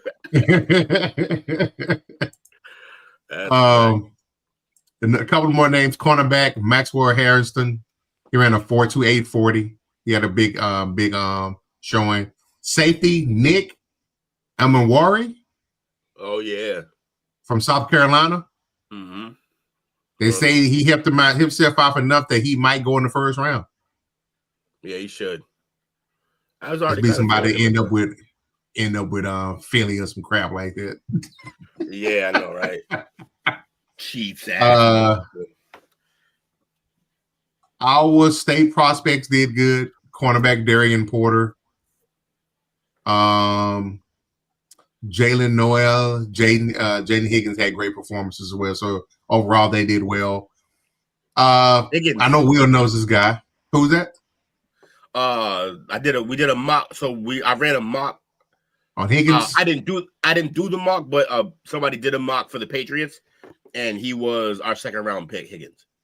Okay, They were like, Jaden Higgins. Patriots get their Higgins, not the one they wanted, but maybe he could be just as good because he's the same size, same kind of player. Wait, where was he from again? Iowa State. Yeah. Okay. Yeah, there's a lot of good coming from him. I remember hearing about it. Yeah. He's 6'4", about 213. 214. Yeah. He ran a 4.47. He ran a 4.4. Yeah. 4.47 isn't great, but 4.4 at that height, that's basically what T ran. So I imagine T's 40 was close to that. It's tough. It's different seeing the Patriots actually draft a wide receiver with some height. It's nice. Yeah, no, we don't do that. Never. All little guys. I think the tallest one we drafted and expected something from was Chad Jackson, like 6'1", 6'2". Mm-hmm. What a flop, too. My God. Cornerback Jade Barron. He helped himself out to possibly he could go in the first round as well. The biggest thing they already know about the football IQ and ball skills and versatility and physicality is worried about the size. He is 5'11", 194, but he ran a 4.39 40. Safety though? I think he's physical enough to play safety, the free safety. But he is a corner, you're saying? He is a corner. 5'11", 194 at corner. That's not really small though. No bullshit. That ain't that small. I know we in the league where they drafting Tyreek Woolens at 6'4", running a 4.2, but there's not a lot of those guys. Like you only get a handful of them motherfuckers. So at 5'11", that's fine. Tyler was 5'11". Locked up. Running backs had some good drafts collectively outside of the obvious in Genty. Omarion Hampton, Trayvon Henderson, Quinshon Judkins should be day 2 guys, and then day 3 guys, Bashard Smith from SMU, RJ Harvey from Central Florida, DJ Giddens from K-State, and Trevor Etienne from Georgia. All had good performances. Also earlier, Jake, Love is the Notre Dame back. That was what I kept fucking up. Got you. Brady Cook did well at the quarterback position. And real quick, before we get into Will's crazy drafts, well, I gotta sell it, man. I gotta sell it. Will's wacky draft emporium. Come on down. Come on down. The combine losers. The wavy guy. Yeah. The combine losers, Isaiah Bond from Texas. Horrible. I was so disappointed. He talked all the talk about his 40 time. Should have talked all that shit. Abdul Carter, because of the injury that came up. He ain't lose. He'll be fine. Mason Graham from from Michigan, right? Told you, Jake. What I miss? It's just them. I don't know, them Notre Dame and Michigan linemen. You gotta be like, I don't know. Oh, you said Mason Graham? Yeah. He's ass. He did not participate in many drills, but got his measurements done at the combine, and they were not great. He weighed in at 296, down from the estimated 320 from Michigan. Way off, 25 pounds. Measured a 32-inch arms, the 26th percentile for his position. Other interior defensive linemen in the D class measured and better and performed well in athletic drill. So he probably cost himself a top 10 draft pick. He had tackle, right? Yep. Yeah, he got guard arms though. He gonna be moved in. Yep. I got tiny arms. Yeah, that's what they were talking about with who they move out. The Chiefs. The Chiefs moved their interior guy out to the tackle because that's how bad their line was Not Creed, the other one from the year before. Whatever. But yeah, he got moved out and it was fine right up until he ran into the fucking Eagles. You know, his girlfriend don't tell him to get the stuff off the top shelf. Can't reach it. Speaking of short, He big enough for her to just climb, so Dylan Gabriel, we talked about earlier, didn't have a good draft. I mean, good combine. He did participate, and his accuracy wasn't very good. His average arm strength meant he needed a longer windup for deeper shots, and they were not as accurate as the other throwers in Indy. Malachi Starks, the safety from Georgia. Really? He's a consensus top safety prospect in the class and one of the 10 best players, regardless of position, but he did not test well. His 10-yard split was good at a 1.51, but his 40 dash time was a 4.5 seconds was lackluster compared to his film. He also didn't run well in the shuttle or the 3-cone, and his 33-inch vertical jump was third worst at the position. Some red flags. He's still going to be good, though. He's just going to fall to a good team now. He's going to be an Eagle. Annoying. He'll make it up on his pro day, but you're right about that. It's going to be a fucking Eagle. I'm starting to think they're doing it on purpose. They play. I think guys, they're tanking, and you're like, "Yo, Eagles, I'm gonna do this thing," and then I'll be in camp. Like, Will Howard, as we talked about earlier, he didn't have a good combine, and offensive tackle Will Campbell, LSU, right? Yeah, is that the guy from LSU? Yeah, one of the guys I kind of wanted. He was one of the more athletic players at tackle, but the big concern coming to the combine was his arm length. He measured in at 32 and 5/8 inches, putting him more than an inch below the standard many teams 34-inch like to see at the position. His athletic showing was very promising. Size queens out here, cut that out. His athletic showing was very promising, but the arm strength means teams will want to get their own measurements. Yeah, he's a guard. But nah, if it's only an inch on arm length, that's crazy. You're tripping. Tez Johnson. Tez wide receiver. I weigh 100 more pounds, I think, than Tez. That's crazy. I shouldn't. It's a 5'10", 154. Ridiculous. Yeah, he weighs as much as my leg. That's messed up. That made him the lightest skill position prospect since '99. Which was, let me try to guess. I won't get this. There's no way, right? Yeah, I won't get this. Is this Sproles? No. Sproles It's got to be Sproles. No. Sproles had weight to him. Sproles was like 185. He just was tiny. He was like 5'3", 5'4". I'm a fact check that. He was Dale's height. Go ahead and check that out.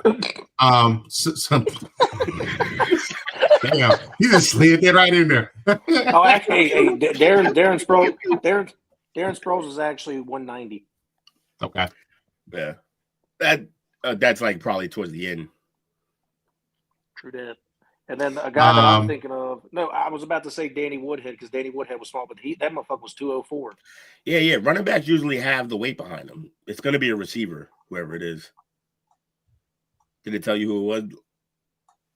It didn't say who it was. Jake can check that. Check it out, Jake. Find it, Jake. While he's looking that up, and we got one more person who didn't do well, and I'm surprised at this one. Edge Jack Sawyer. He didn't participate in many drills, but did measure at 6'4", 260. Like Graham, his arm length is concerning, even more so considering he lines up at the edge. He's got a 31 and 3/4 inch arm length, puts him well inside the bottom 10th percentile among all defensive linemen since '99. His performance in drills was more promising, but teams will see that arm length and have concerns. That's the second reference to 99. Was the 99 draft shit? Like, what happened? It seemed like it, didn't it? They're just, the whole article just taking a shit on that 99 draft.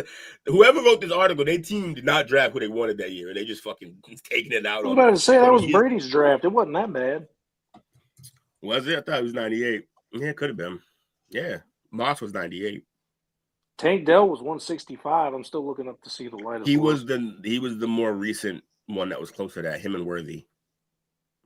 And it's shown with Dell. Yes, it is. Dell just plays. So just a quick look at the 99 draft, the first round names. Tim Couch. Oh, his draft sucked. Exactly. I told y'all. Donovan McNabb. Achilles Smith. Adrian James. Ricky Williams. Torrey Holt. Champ Bailey. David Boston. Chris Claiborne. Chris McAllister. Dante Culpepper. Kay McNown. Troy Edwards. Javon Curse. Damian Woody. One of the best guys in that draft, Javon Curse. Ebenezer Ecubon. Oh, God. Ebenezer. I remember him. Ebenezer. Anton Winfield. Al Wilson. Not too bad, but it's some bust in there.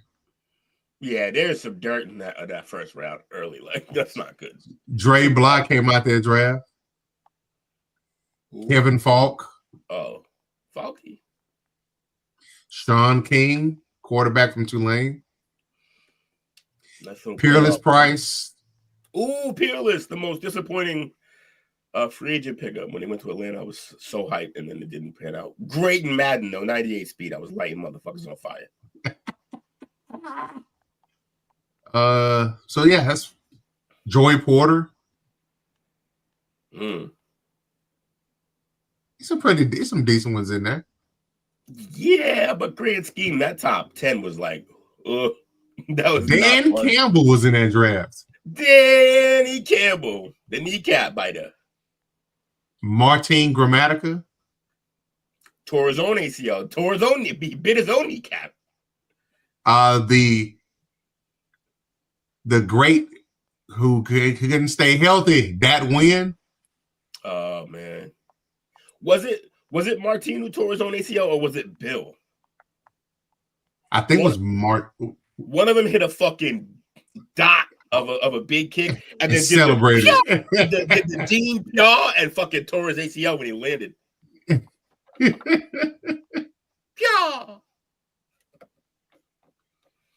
Well, yeah. So that's a couple of looks there. But so far from what I'm looking, it looks like Lindsey Jackson's the smallest one, but he was 184. But I'm still looking. Okay. We sent him on a goose chase for a player that may or may not exist. This guy wrote the article. Yeah, no. The problem is that they didn't document the weight, so I'm having to look at the combine players. That's horrid. Yeah, so I'm having to look at the combine players, and I've only seen 3 wide receivers. Let's see, Tywan Mitchell. Let's see how much he weighed.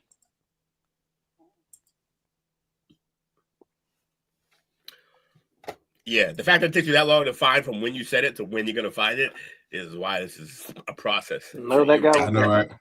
Oh, it's been terrible. That guy was 6'5", 223. So he was in the exact opposite. He was huge. So while you're doing that, let's go ahead and get it set up for our brother Will. Yeah, I already got the screen up. I'm about to share. Who's still in the room? So we're gonna do the Giants. Unfortunately, we're gonna do the fucking Saints because Bobby's here. Oh, they've edited my thing here. I kind of want to see this. Let me get this off the screen so I can see. Let me see.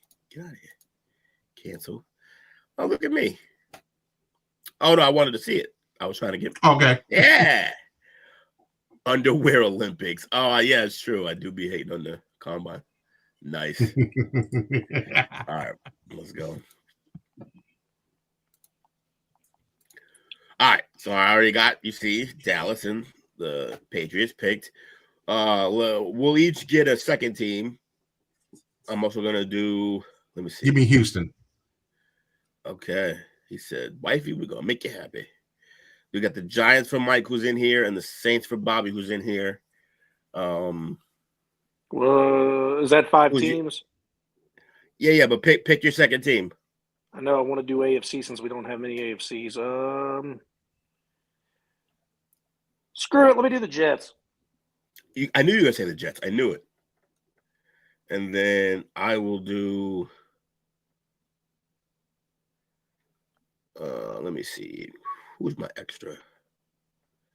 Why is everything even when I... Oh, because I'm doing the Jets because of my brother. So. Oh, actually, you get another one. Take another one. Me? Yeah, go ahead. Okay, then I got to go NFC. I'm gonna make it real difficult. I'll do the Panthers. Shocker. All right, Panthers, and then I will take for my second horrible. one. There was a Daniel Jones in that draft too. I'll do the Colts. And we'll go slow. What's that, 4-4? Round. Huh? Is that 4-4? Yeah. Out of divisions? Yeah. Thinking about a rule for this one. Do we need a rule? Maybe we'll just do it straight, see how it plays. All right. Tennessee took Shador. The Browns took Cam. And now we are here picking for the Giants.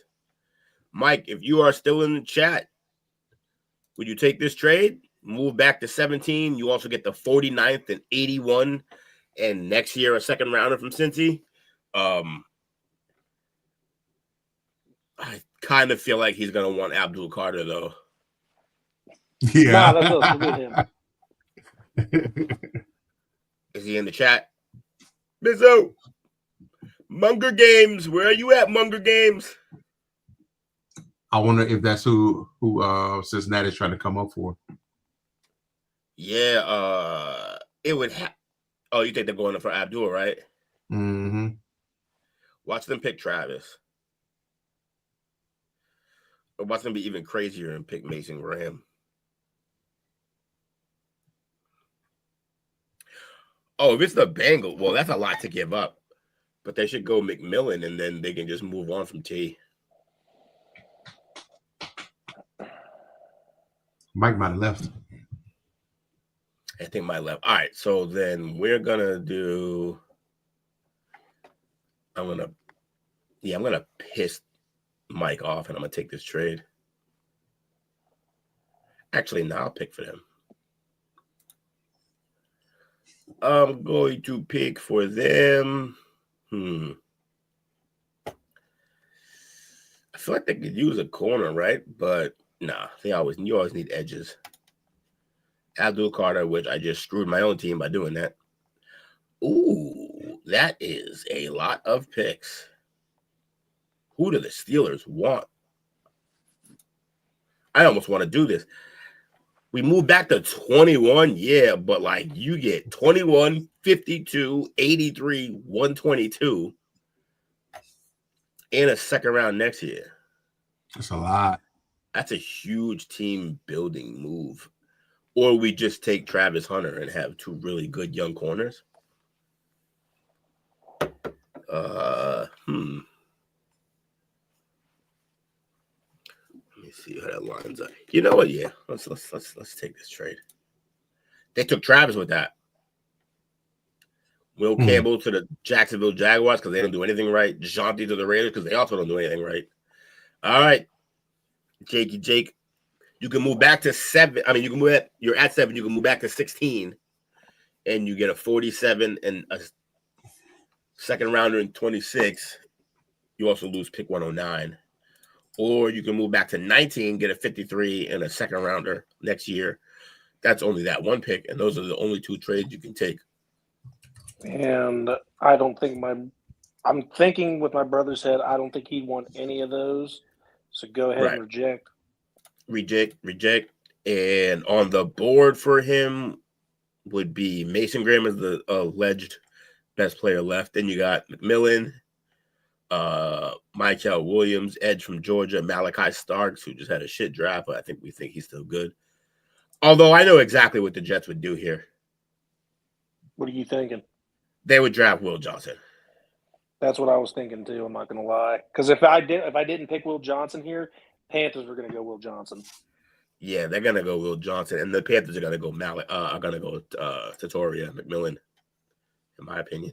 So yeah, let's go Will Johnson. Yeah, Will Johnson. And then you can move. So you can swap the 74th pick for a 39 pick, which is a big jump, and you only move back 2 spots with Chicago. Or you can trade just that 8 pick, get the 28th pick, 60th pick, 101 pick. a second round next year and a third rounder next year from the Lions, or you move back to 16, get 47 and 144, or give up the 8 and the 229, and you get 31, 63, 66, and a second rounder next year. You want any of those trades if you're Carolina? They got a lot to build. Can you go back to that Chicago trade? It's got to be the Detroit one, I feel like. Or Chicago. Let me see. Chicago. No, the ones that look appetizing to me were the Chicago or the Kansas City trade. Because this is only moving 2 back, and also we're moving up plentiful spots for a second-round pick. Yeah. This Detroit one, you jump back 20, but you get, like, so much. Pick what you want. It ain't me. You are right.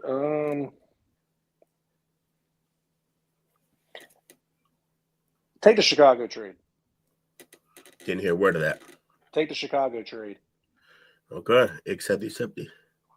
They went out and got James Pierce Jr., the edge rusher from Tennessee. New Orleans is here. Is Bobby in the chat? They would never do this trade. I'm going to reject right now because that has to do with the Falcons. Yep. No, that's going to happen. Nope. That was it. Yeah. So the Saints picking. Mason Graham on the board. McMillan on the board. Starks on the board. Michael Williams on the board. Kelvin Banks still around. Luther Burden. Burden be burden. Bobby still with us? Yeah, I can't find nothing. I give up. Yeah, he tried though. I did. I was going. I almost missed my pick with the Panthers because of it. All right, I'm gonna pick for the Saints since Bobby is apparently AFK. You know what? I'm gonna be petty about this because he's always we need a receiver, even though they have 2. So I'm gonna pick McMillan. You're okay. Now you're on the board for the Carolina Panthers. Oh, dude, I know you're gonna think I'm dumb for this, but they're offering the same trade. I feel like the Detroit pick's smart now too. Because you get 4 picks out of this, but now you're jumping back to 28 again. Yeah. At some point they have to draft some people though, huh? Yeah, just decline everything. Yeah. I kind of feel like this team really needs the people. If they trade out of that pick in the first place, the fucking fan base is gonna melt. So they need a safety. Ooh, there's a Malachi Stark sitting there, and they need a safety. Seems like a good move for them. Yeah, that's fine. Stocks. Niners take Tyler Booker. Okay. Coach. Got a few picks on the board. You got one that you move back to 15, but you move from 76 to 46. So you move back 3, you move up 30. Then you got one where you move back to 23, you get a 54 and a 200. And then you got one. Yeah, this one's kind of shit. What was the first one again? 15 and 46 for 12 and 76.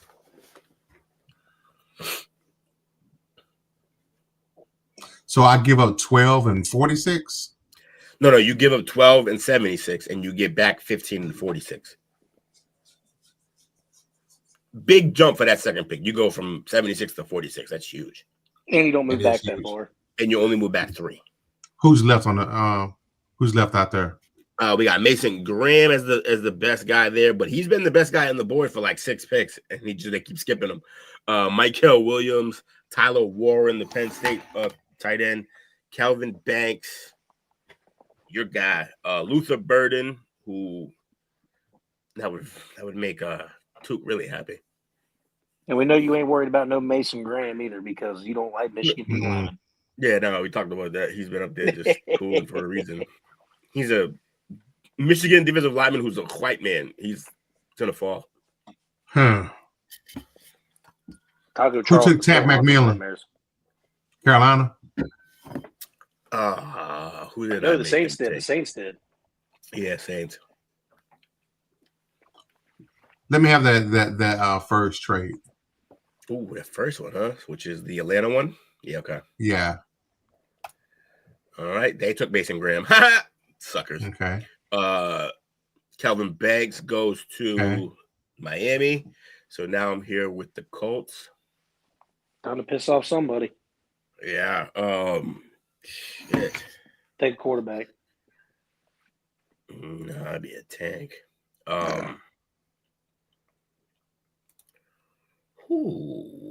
This one is pointless. Doesn't help me at all this year. This one does help me. G-Bay? Yeah, I'm going to take this trade. I want to see what Green Bay does. Michael Williams, which is now we're back to the Cowboys. You can jump back to the 26th pick, get a 90, and then a second and a seventh next year. You could jump back to 19 and just add an 84. You can jump back to 20 and add a 51. Those are your options for trades. That's with Denver. Who's left? What wide receivers left on the board? Luther Burden, he's right there.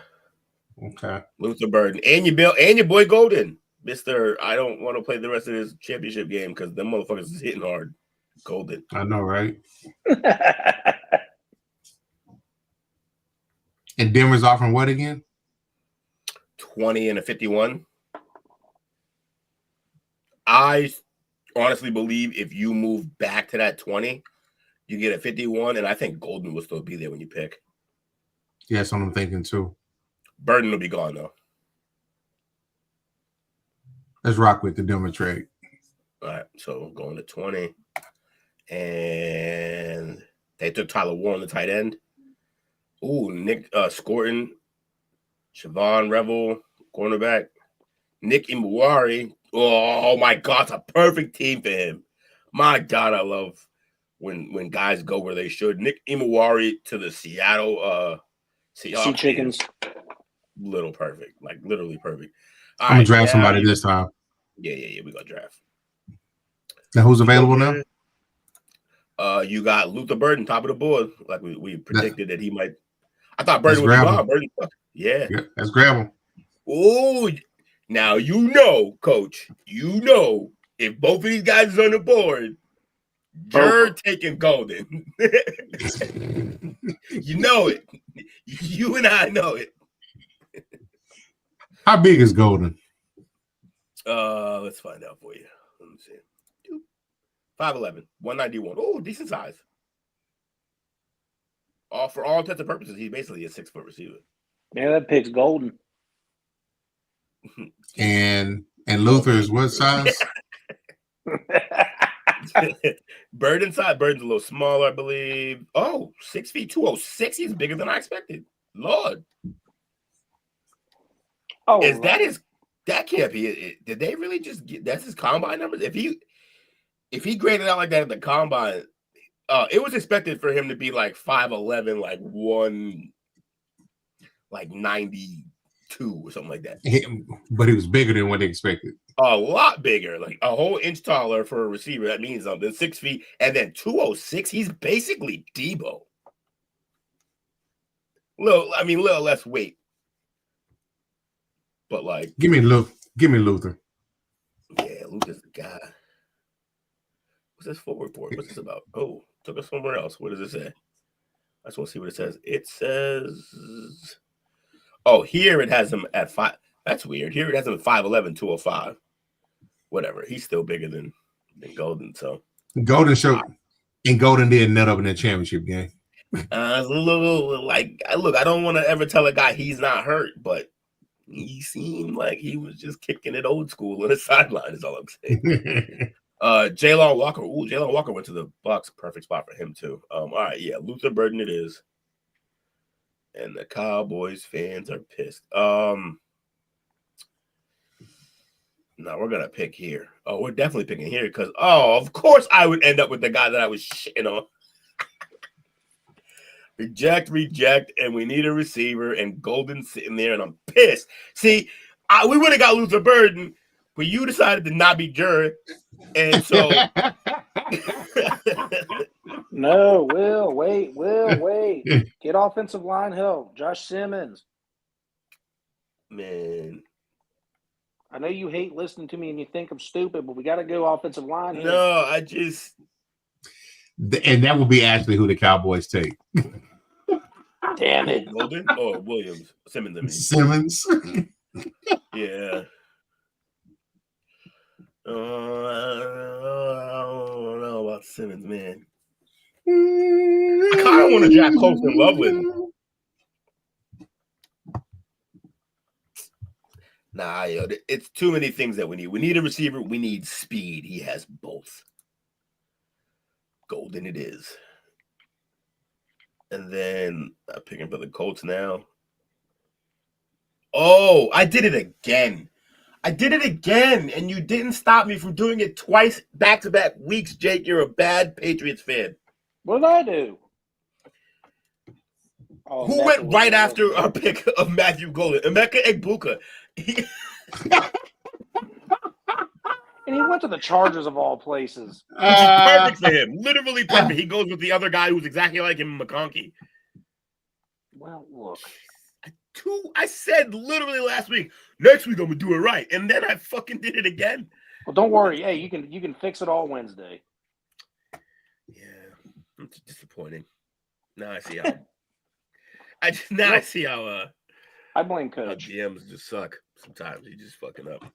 You blame me? What I do? What did I do? I do still blame you. You took Burden. Everything would have been fine if I just had Burden. I wish the Jets had one more pick in this first round. Did you only do one round again? He did too. Did too. Indy. Let me see. Jesus, that's a whole smorgasbord. But you're way out of the first. Then, nope, and nope. Okay, we're rejecting all these. Same stretch. The Colts are gonna draft. Oh, we've been talking about how much they need a tight end all this time, right? So,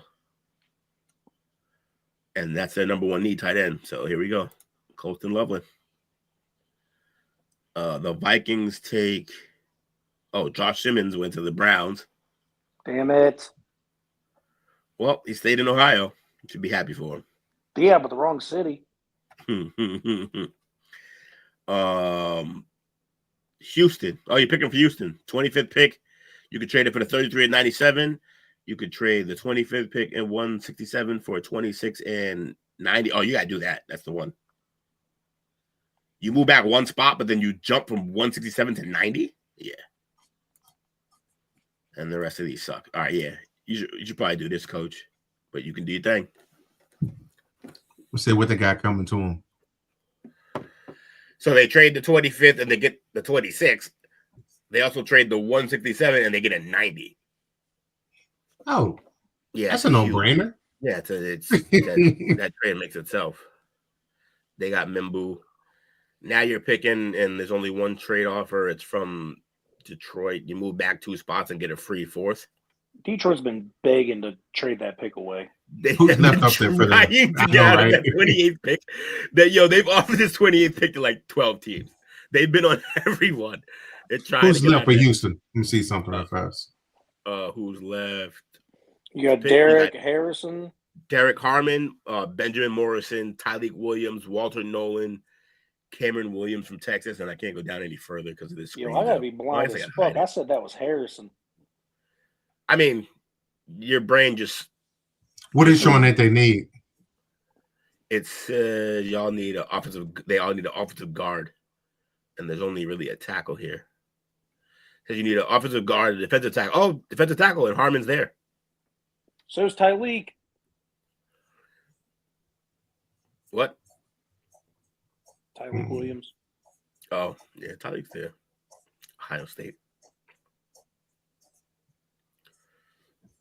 What's the difference in size? Between Derek Harmon and who? And Tyleek? Mm-hmm. Harmon, 6'4", 213. And Tyleek, sir, is 6'2", 234. He's a fucking house. Let's go there, right? Tyler, yeah, he's a run stopper. Okay, the Ravens select next. They got Cameron Williams out of Texas. Benjamin Morrison, they had to pick with that pick from the Lions, trying to get out of there. Xavier Watts from Notre Dame. Jahdae Barron, perfect spot for him with the Bills. They need that help. Of course, the Chiefs took Trey Harris. Jihad goes to fucking Eagles. And now the Giants are back up. I will not trade this pick. They need guys, so we're going to get out of these. Doop. They need it's my quarterback. Let me see what they got for quarterbacks. Who's here? Actually, with the combine he had, I think if he lands, Dart. Waits till here, they're gonna take Dart. Yeah. Yeah, if they were here, yeah, they'd take Dart here for sure. Fuck. That's what I was gonna take with the Jets. Nope. Derek Harmon to Tennessee, Mike Green, edge to the Jaguars. Milroe to the Raiders. Fascinating. Patriots back up. That trade's awful. Go fuck yourselves. Here comes Detroit again. Yep, Detroit. Just never happy. Nope.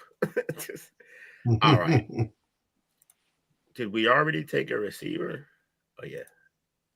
Hey, Judkins is there, bro. Yeah, shut up. So's Henderson, son of a bitch. Let's fuck the Cowboys over. Take one of them. I'm just kidding. I know, right? Who we got here? Says we need an offensive tackle still. Who is Ariante Ursery? Look at his Ariante Ursery out of Minnesota. What's his size like? I don't know. I'm not picking him. I don't want to pronounce his name every fucking game. That's a big ass tackle, though. 231 though. Holy shit. He's 6'6" what? 6'6", 231. 331. I said 631? No, you said 231. Oh. How about saying he's a power forward? Or three, or small forward, rather. Yeah, really a small. No, that's fair, though. In this current NBA, a 6'6", 231, that's still a power forward. All right now, that's how they go. There's 6'4" power forwards in the league. I was talking about this with Jake the other day. It's annoying, but it's working.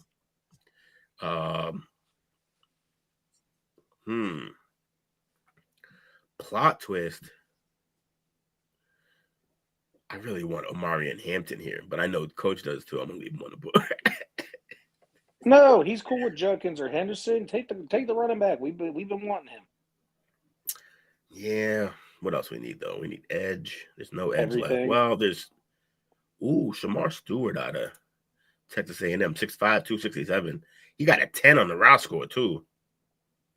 Really? What's that wide receiver looking like left? What they got left? Elick Ayo Manor from Stanford, who's okay. Isaiah Bond's out there, but what a bad combine. And the guy that I think most likely is a Patriots fit is Xavier Restrepo. He's there. Oh, Jaden Higgins is here. Tez, no one drafting you. You don't weigh anything. Kyron Lacey's still on the board, even though he might go to jail. Well, we already drafted a receiver. I forgot. So yeah, we took the wrong guy too. Fucking idiot. Just take Hampton. That's 2 offensive picks, though. Holy shit. Yeah, that's fine. We need the offensive help for Drake. I guess. What about Harold Fannin Jr.? No, that's a name. I hate 6'3" tight ends. Stop. That's a weird beef to have, but all right. Oh, I don't like any tight. I'm all set on any tight ends under 6'4". Even if they're good, don't want it. No, I believe Jack Sawyer for the Saints. Am I really gonna take Hampton, dude? That's crazy. All right, yeah, I guess we're doing this.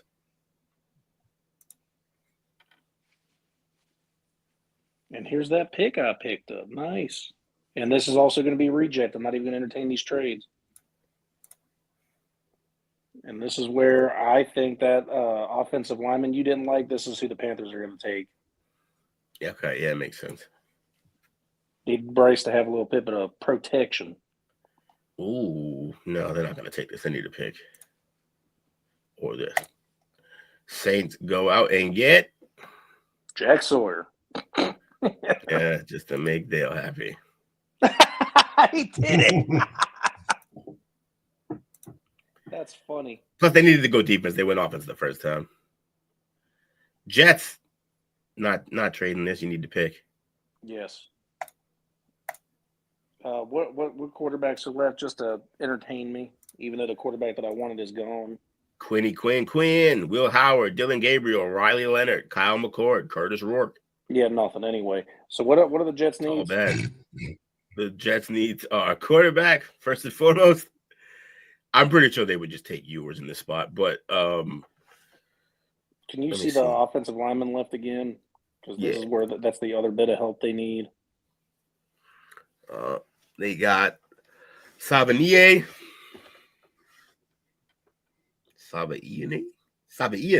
There's two eyes back to back. What is wrong with Man, I really wish Dale was here. I want to know about the Emory Jones. Oh, well, it wasn't like their offense was fucking peak, so. And he wasn't their best offensive lineman. Banks was. No, not Banks. Campbell was. You know what? Reluctantly, just take Ewers. Story of the Jets life. Reluctantly, just take that guy.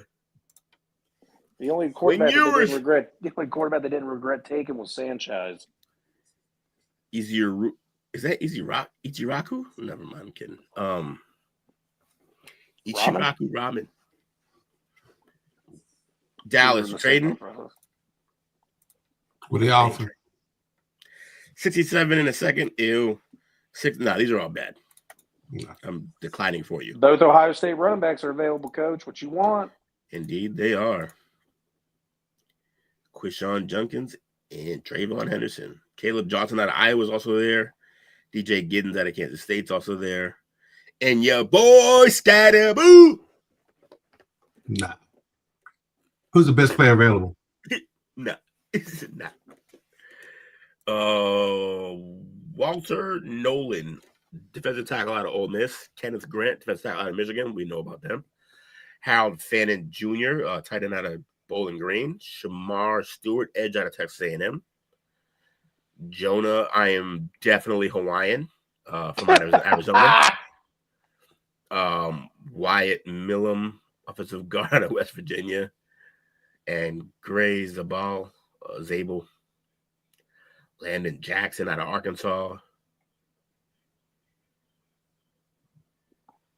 Landon Jackson, that's our linebacker, isn't it? Landon, where'd he go?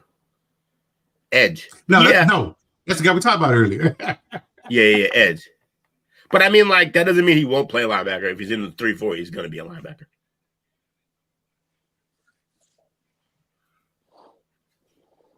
See, we got what do we get first? We got a wide receiver already. You got Luther Burden. That's all you got so far.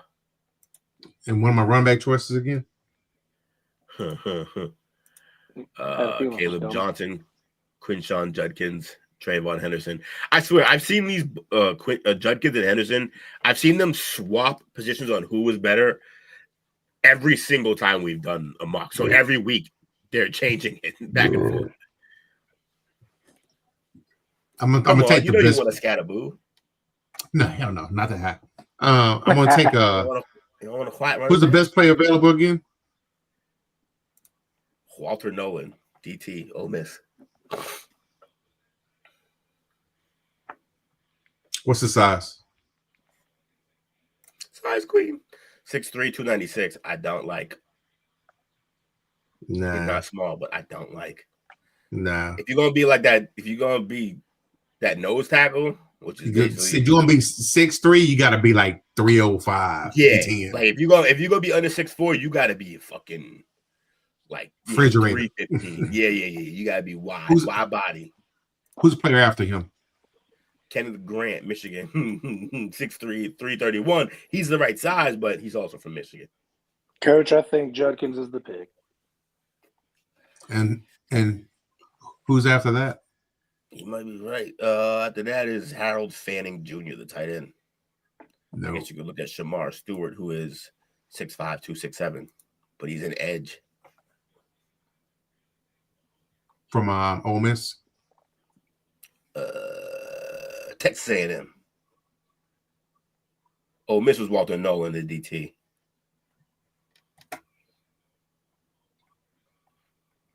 Give me the top rated guy. Give me the top rated guy.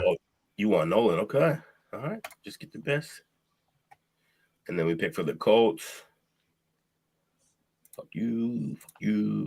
All right. Colts need a tight end, but I think we grabbed them one in the first round. We didn't. Oh, no, wait. We did. Okay. All right. So who else did they need? Tight end and a safety. OC. Was it center? Weird. And a QB. Rough. Where's the nearest safety? Andrew Makuba. How was he at Texas, bro? He was decent. I didn't think he was second round, though. That's all I need to hear. High IQ. I think he was only there a year. He originally came from Oregon, I think. Landon Jackson was the one who had a crazy combine, right? Yeah. Yeah, I think they should go Landon.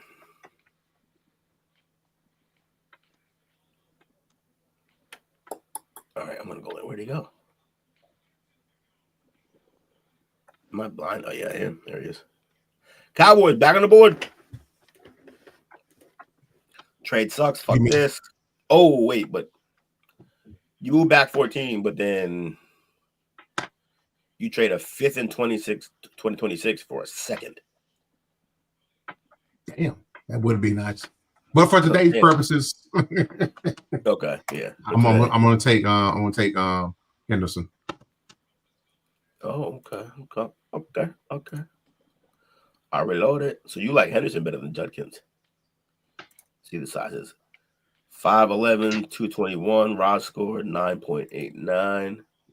Travion 5'10", 202. You might want to go Judkins, coach. Henderson is a little faster. Slightly. And he don't fumble. And he don't fumble. That's true. But he don't fumble in college. Yeah, but 4 years, 0 they fumbles. Hit harder in the league, and he is on the smaller end. 5'10", 202 is not a big back. What'd you say That's about both big backs? shorter. That's both shorter and weighs less than Reggie Bush, and not as fast as Reggie Bush. Not even close. You like Henderson though? I like Henderson. Okay. Jur. It's a Jur move. Damn. He's back to being Jur. Harold Fanning went to the Cardinals. Wyatt Millum, offensive guard, to the Miami. Mason Taylor, tight end, LSU. I like Taylor. Oh, man, I like the picks. I always like how Seattle drafts. Maybe I'm just biased. I just like what they do. You are a Sea Chickens fan. Y'all ain't finna trade with the Eagles, correct? Nah. Correct. Fuck the Eagles. You can move back 4 spots and get a free 6th rounder next year. Nah. All right. You can get both of these motherfuckers. Get Judkins too. We're going to have a party. Ohio State backfield. That would be fun. Yeah. They'd be Get happy the band about back together. it. Yeah. Before they even broke up. Like, who's left? He's thinking about it, I think. Overall, Kenneth Grant, another Michigan debate. Well, why do they have all these people? That's why not one of them is good, because they had a bunch of pretty good guys, but none of them are great. Shamar Stewart, edge from Texas A&M. Sort the linebackers for me. Defense linebacker. Barrett Carter out of Clemson. I feel like Clemson always has like a solid running back, linebacker. Carson Schlesinger out of UCLA. Chris Paul right there. That's what I Jr. want. out of Ole Miss. Huh? Schlesinger. Okay. Also, Chris Paul Jr. Check. There's no way that's his. Is that Check out his Chris Paul's stats. kid? That can't be Chris Paul's kid. He's too big. Although he's only 6 feet. It's exactly what Chris Paul is. Is this Chris Paul's kid? No way, right? Can't be. Damn We it. would have heard. It would have been like a top story. Schlesinger. All right, you take a Schlesinger? What's his stats again? Oh, I thought you. Damn. It's all right. All right. That's a mistake if you make him the war room. That's your last day. Shit. I'm gonna draft. Yeah, we're not jumping back. All right, who are we taking so far? Matthew Golden, Lamar. All right, it has to be a defensive pick here.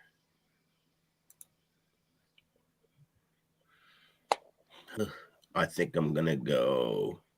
Yeah, I can't believe Shamar Stewart lasted this long. So I'm gonna go out and go ahead and get a Shamar Stewart. 6'5", 267 with a raw score 10. Yeah, You were looking at him with the last pick. I'm looking at it for a few picks, for a few teams too.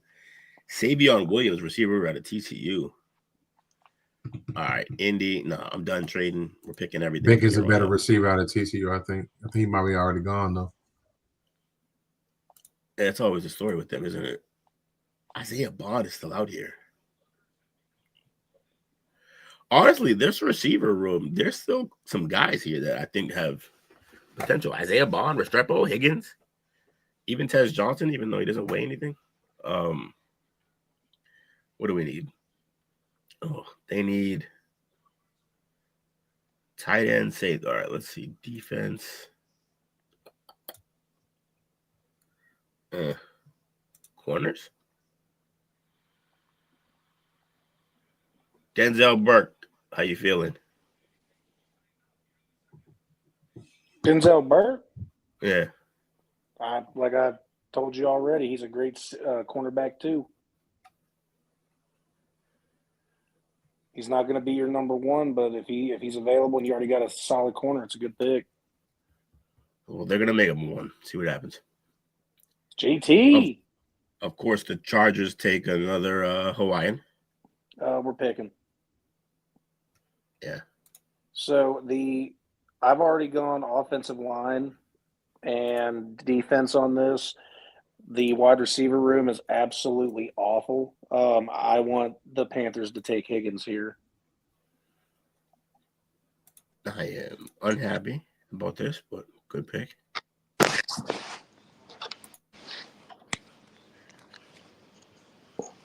Houston. You can swap, you can jump back 5 spots and you get a third for a fifth for next year. Or no, that sucks. I mean, that's trash. Trash. What do they need? They need offensive guard, defensive tackle, wide receiver that are there. I feel like they'd go out and get Isaiah Bond here, honestly. Texas guy, fucking. Yeah, can they gonna let Diggs walk? Yeah, Diggs got to go. Yeah, Let's do not that. only is he a pain in the ass, he's hurt. So, yeah, this looks like a good place for Bond to go. No bullshit. Kenneth Grant, Lions take Donovan Jackson. Oh, it was a trade. Deion Walker, Kyle Kennard, Princely. I don't know the rest of his name. It doesn't show. Okay, so the results after 2 rounds are Houston. You got Tyreek Williams and Isaiah Bond. I like that pick. I like both of those picks. Those are pretty good for them. Solid players. My man Jake was wheeling and fucking dealing out here. He had for the Carolina Panthers. He got Malachi Starks. Great pickup for them, I think. Ariante Ursary up at the tackle, and Jaden Higgins. I think if the Carolina Panthers have this draft, people are going to be pissed because he traded back once, but I think he did good by the Panthers. He did better by the Panthers than he probably done for his own teams in the past when we've done this. Panthers had a good draft.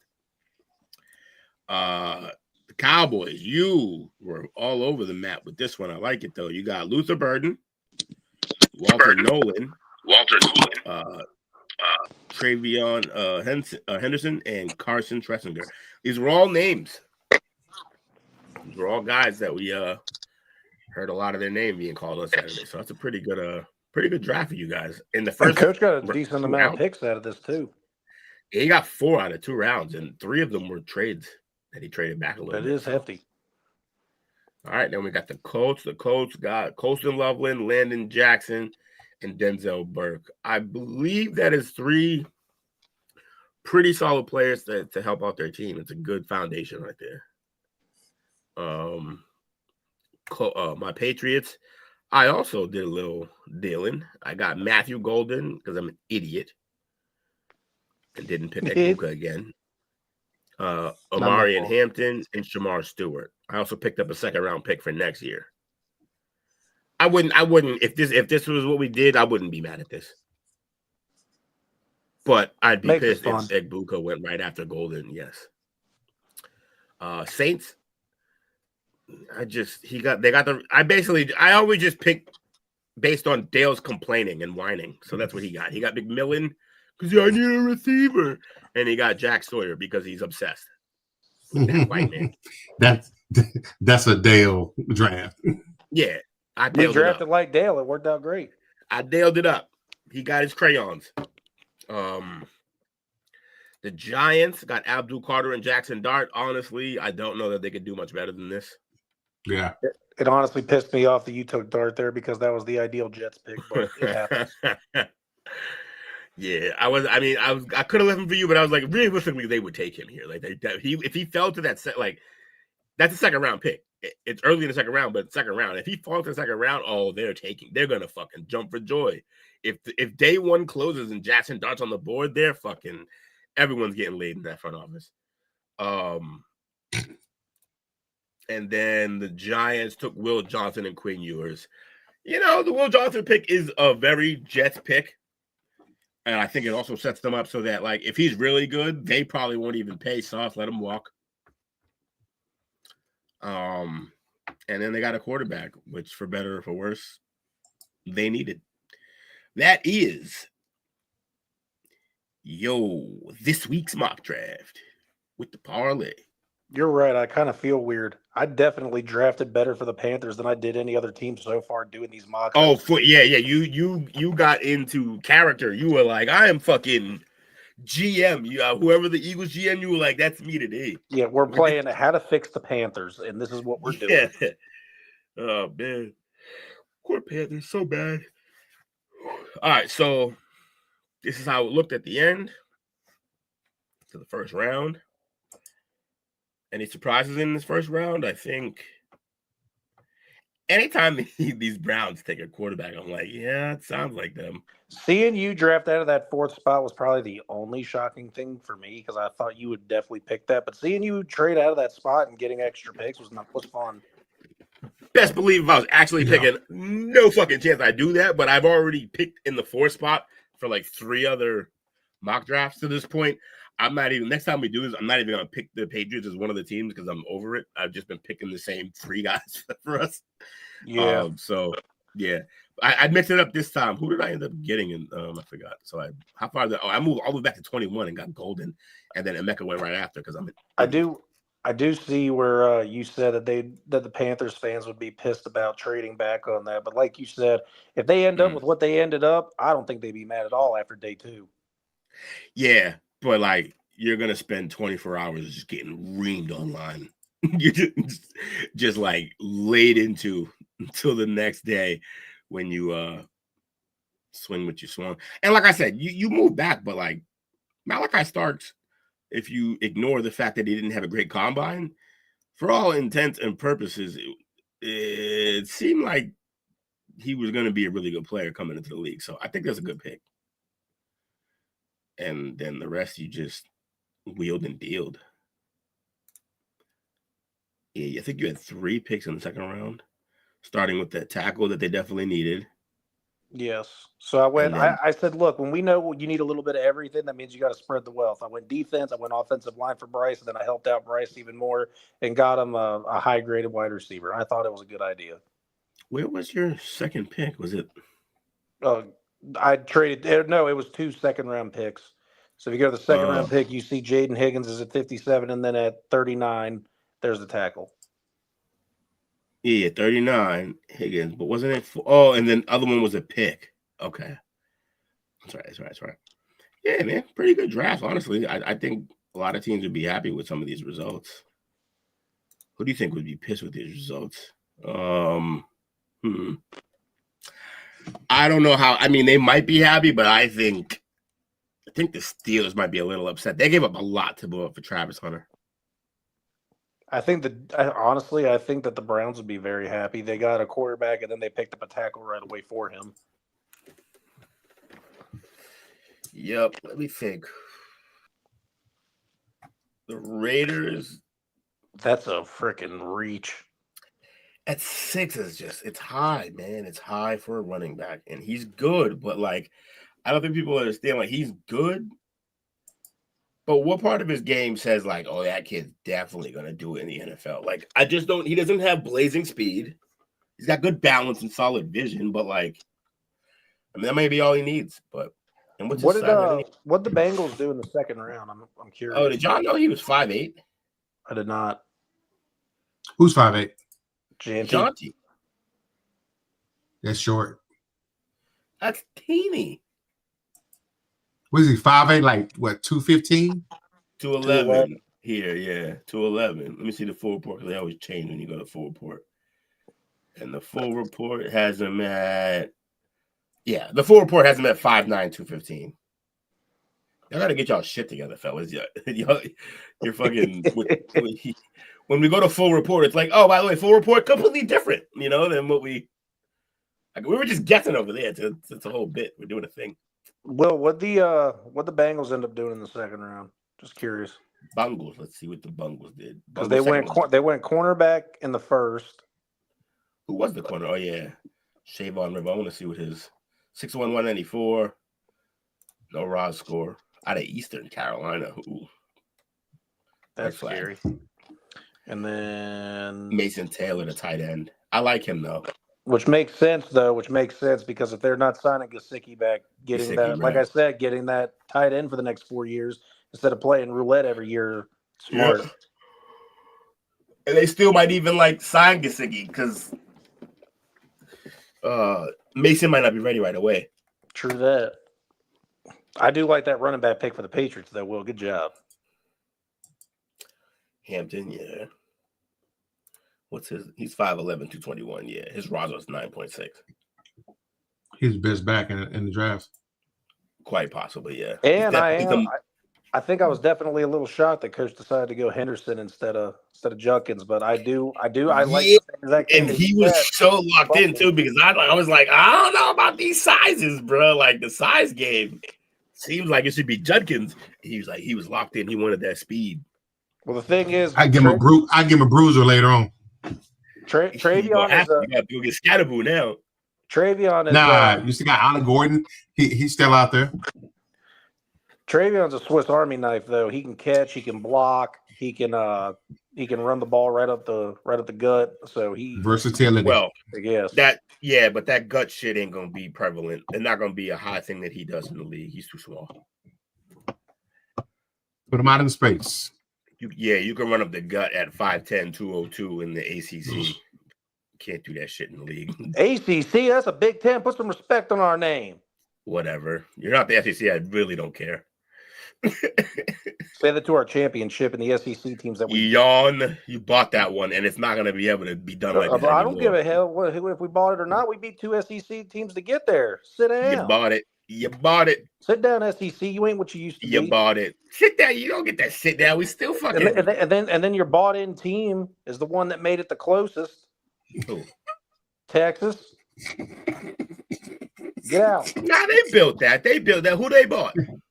No, I'm saying your bought in team. Y'all brought in Texas this year. Said, "Oh, we still got SEC presence here." You brought them in. You needed someone else from a different freaking conference to take you there. Get out. Hey, it's fine, bro. No, Hey, look. Hey, that's the thing about this whole supremacy thing. You don't get to do it 1 year and be like, it's us now. It's 1 year, guy. No, what do you mean? What do you mean it's us now? It was Michigan last year. Big Ten, what up? Yawn. And I believe Michigan beat one SEC team to get there. So what up? What up is do that for decades and then come talk to us. Don't worry, it's the start. It isn't. It is. It's the beginning of the end because they're We're going back to back. Nah, they're putting a cap, bro. We're going back to back. Once they cap it, you won't have money superiority over other teams anymore. Cap it or not, I don't care. Big Ten over everything. Trash. Garbaggio. Who y'all got for shout outs? I got the Big Ten. Shout out to them being their last season doing anything. Dang, got a first shot to the end. Hey, shout out to Coach. We ran that shit for the first 30, 45 minutes. Shout out to Will coming in late as normal. Hell yeah. Showed up. So glad I was able to make it. Shout out to Tuke and Dale. Can't wait to see y'all tomorrow. Fuck y'all, traders. Yeah. Shout out to you fellas, man. Shout out to Bobby and Mike. Appreciate y'all hanging out with us tonight. Anybody else? If you didn't say nothing, I didn't see you. Hey, you should have been saying something if you want that king cake. Unruffled Blackbird.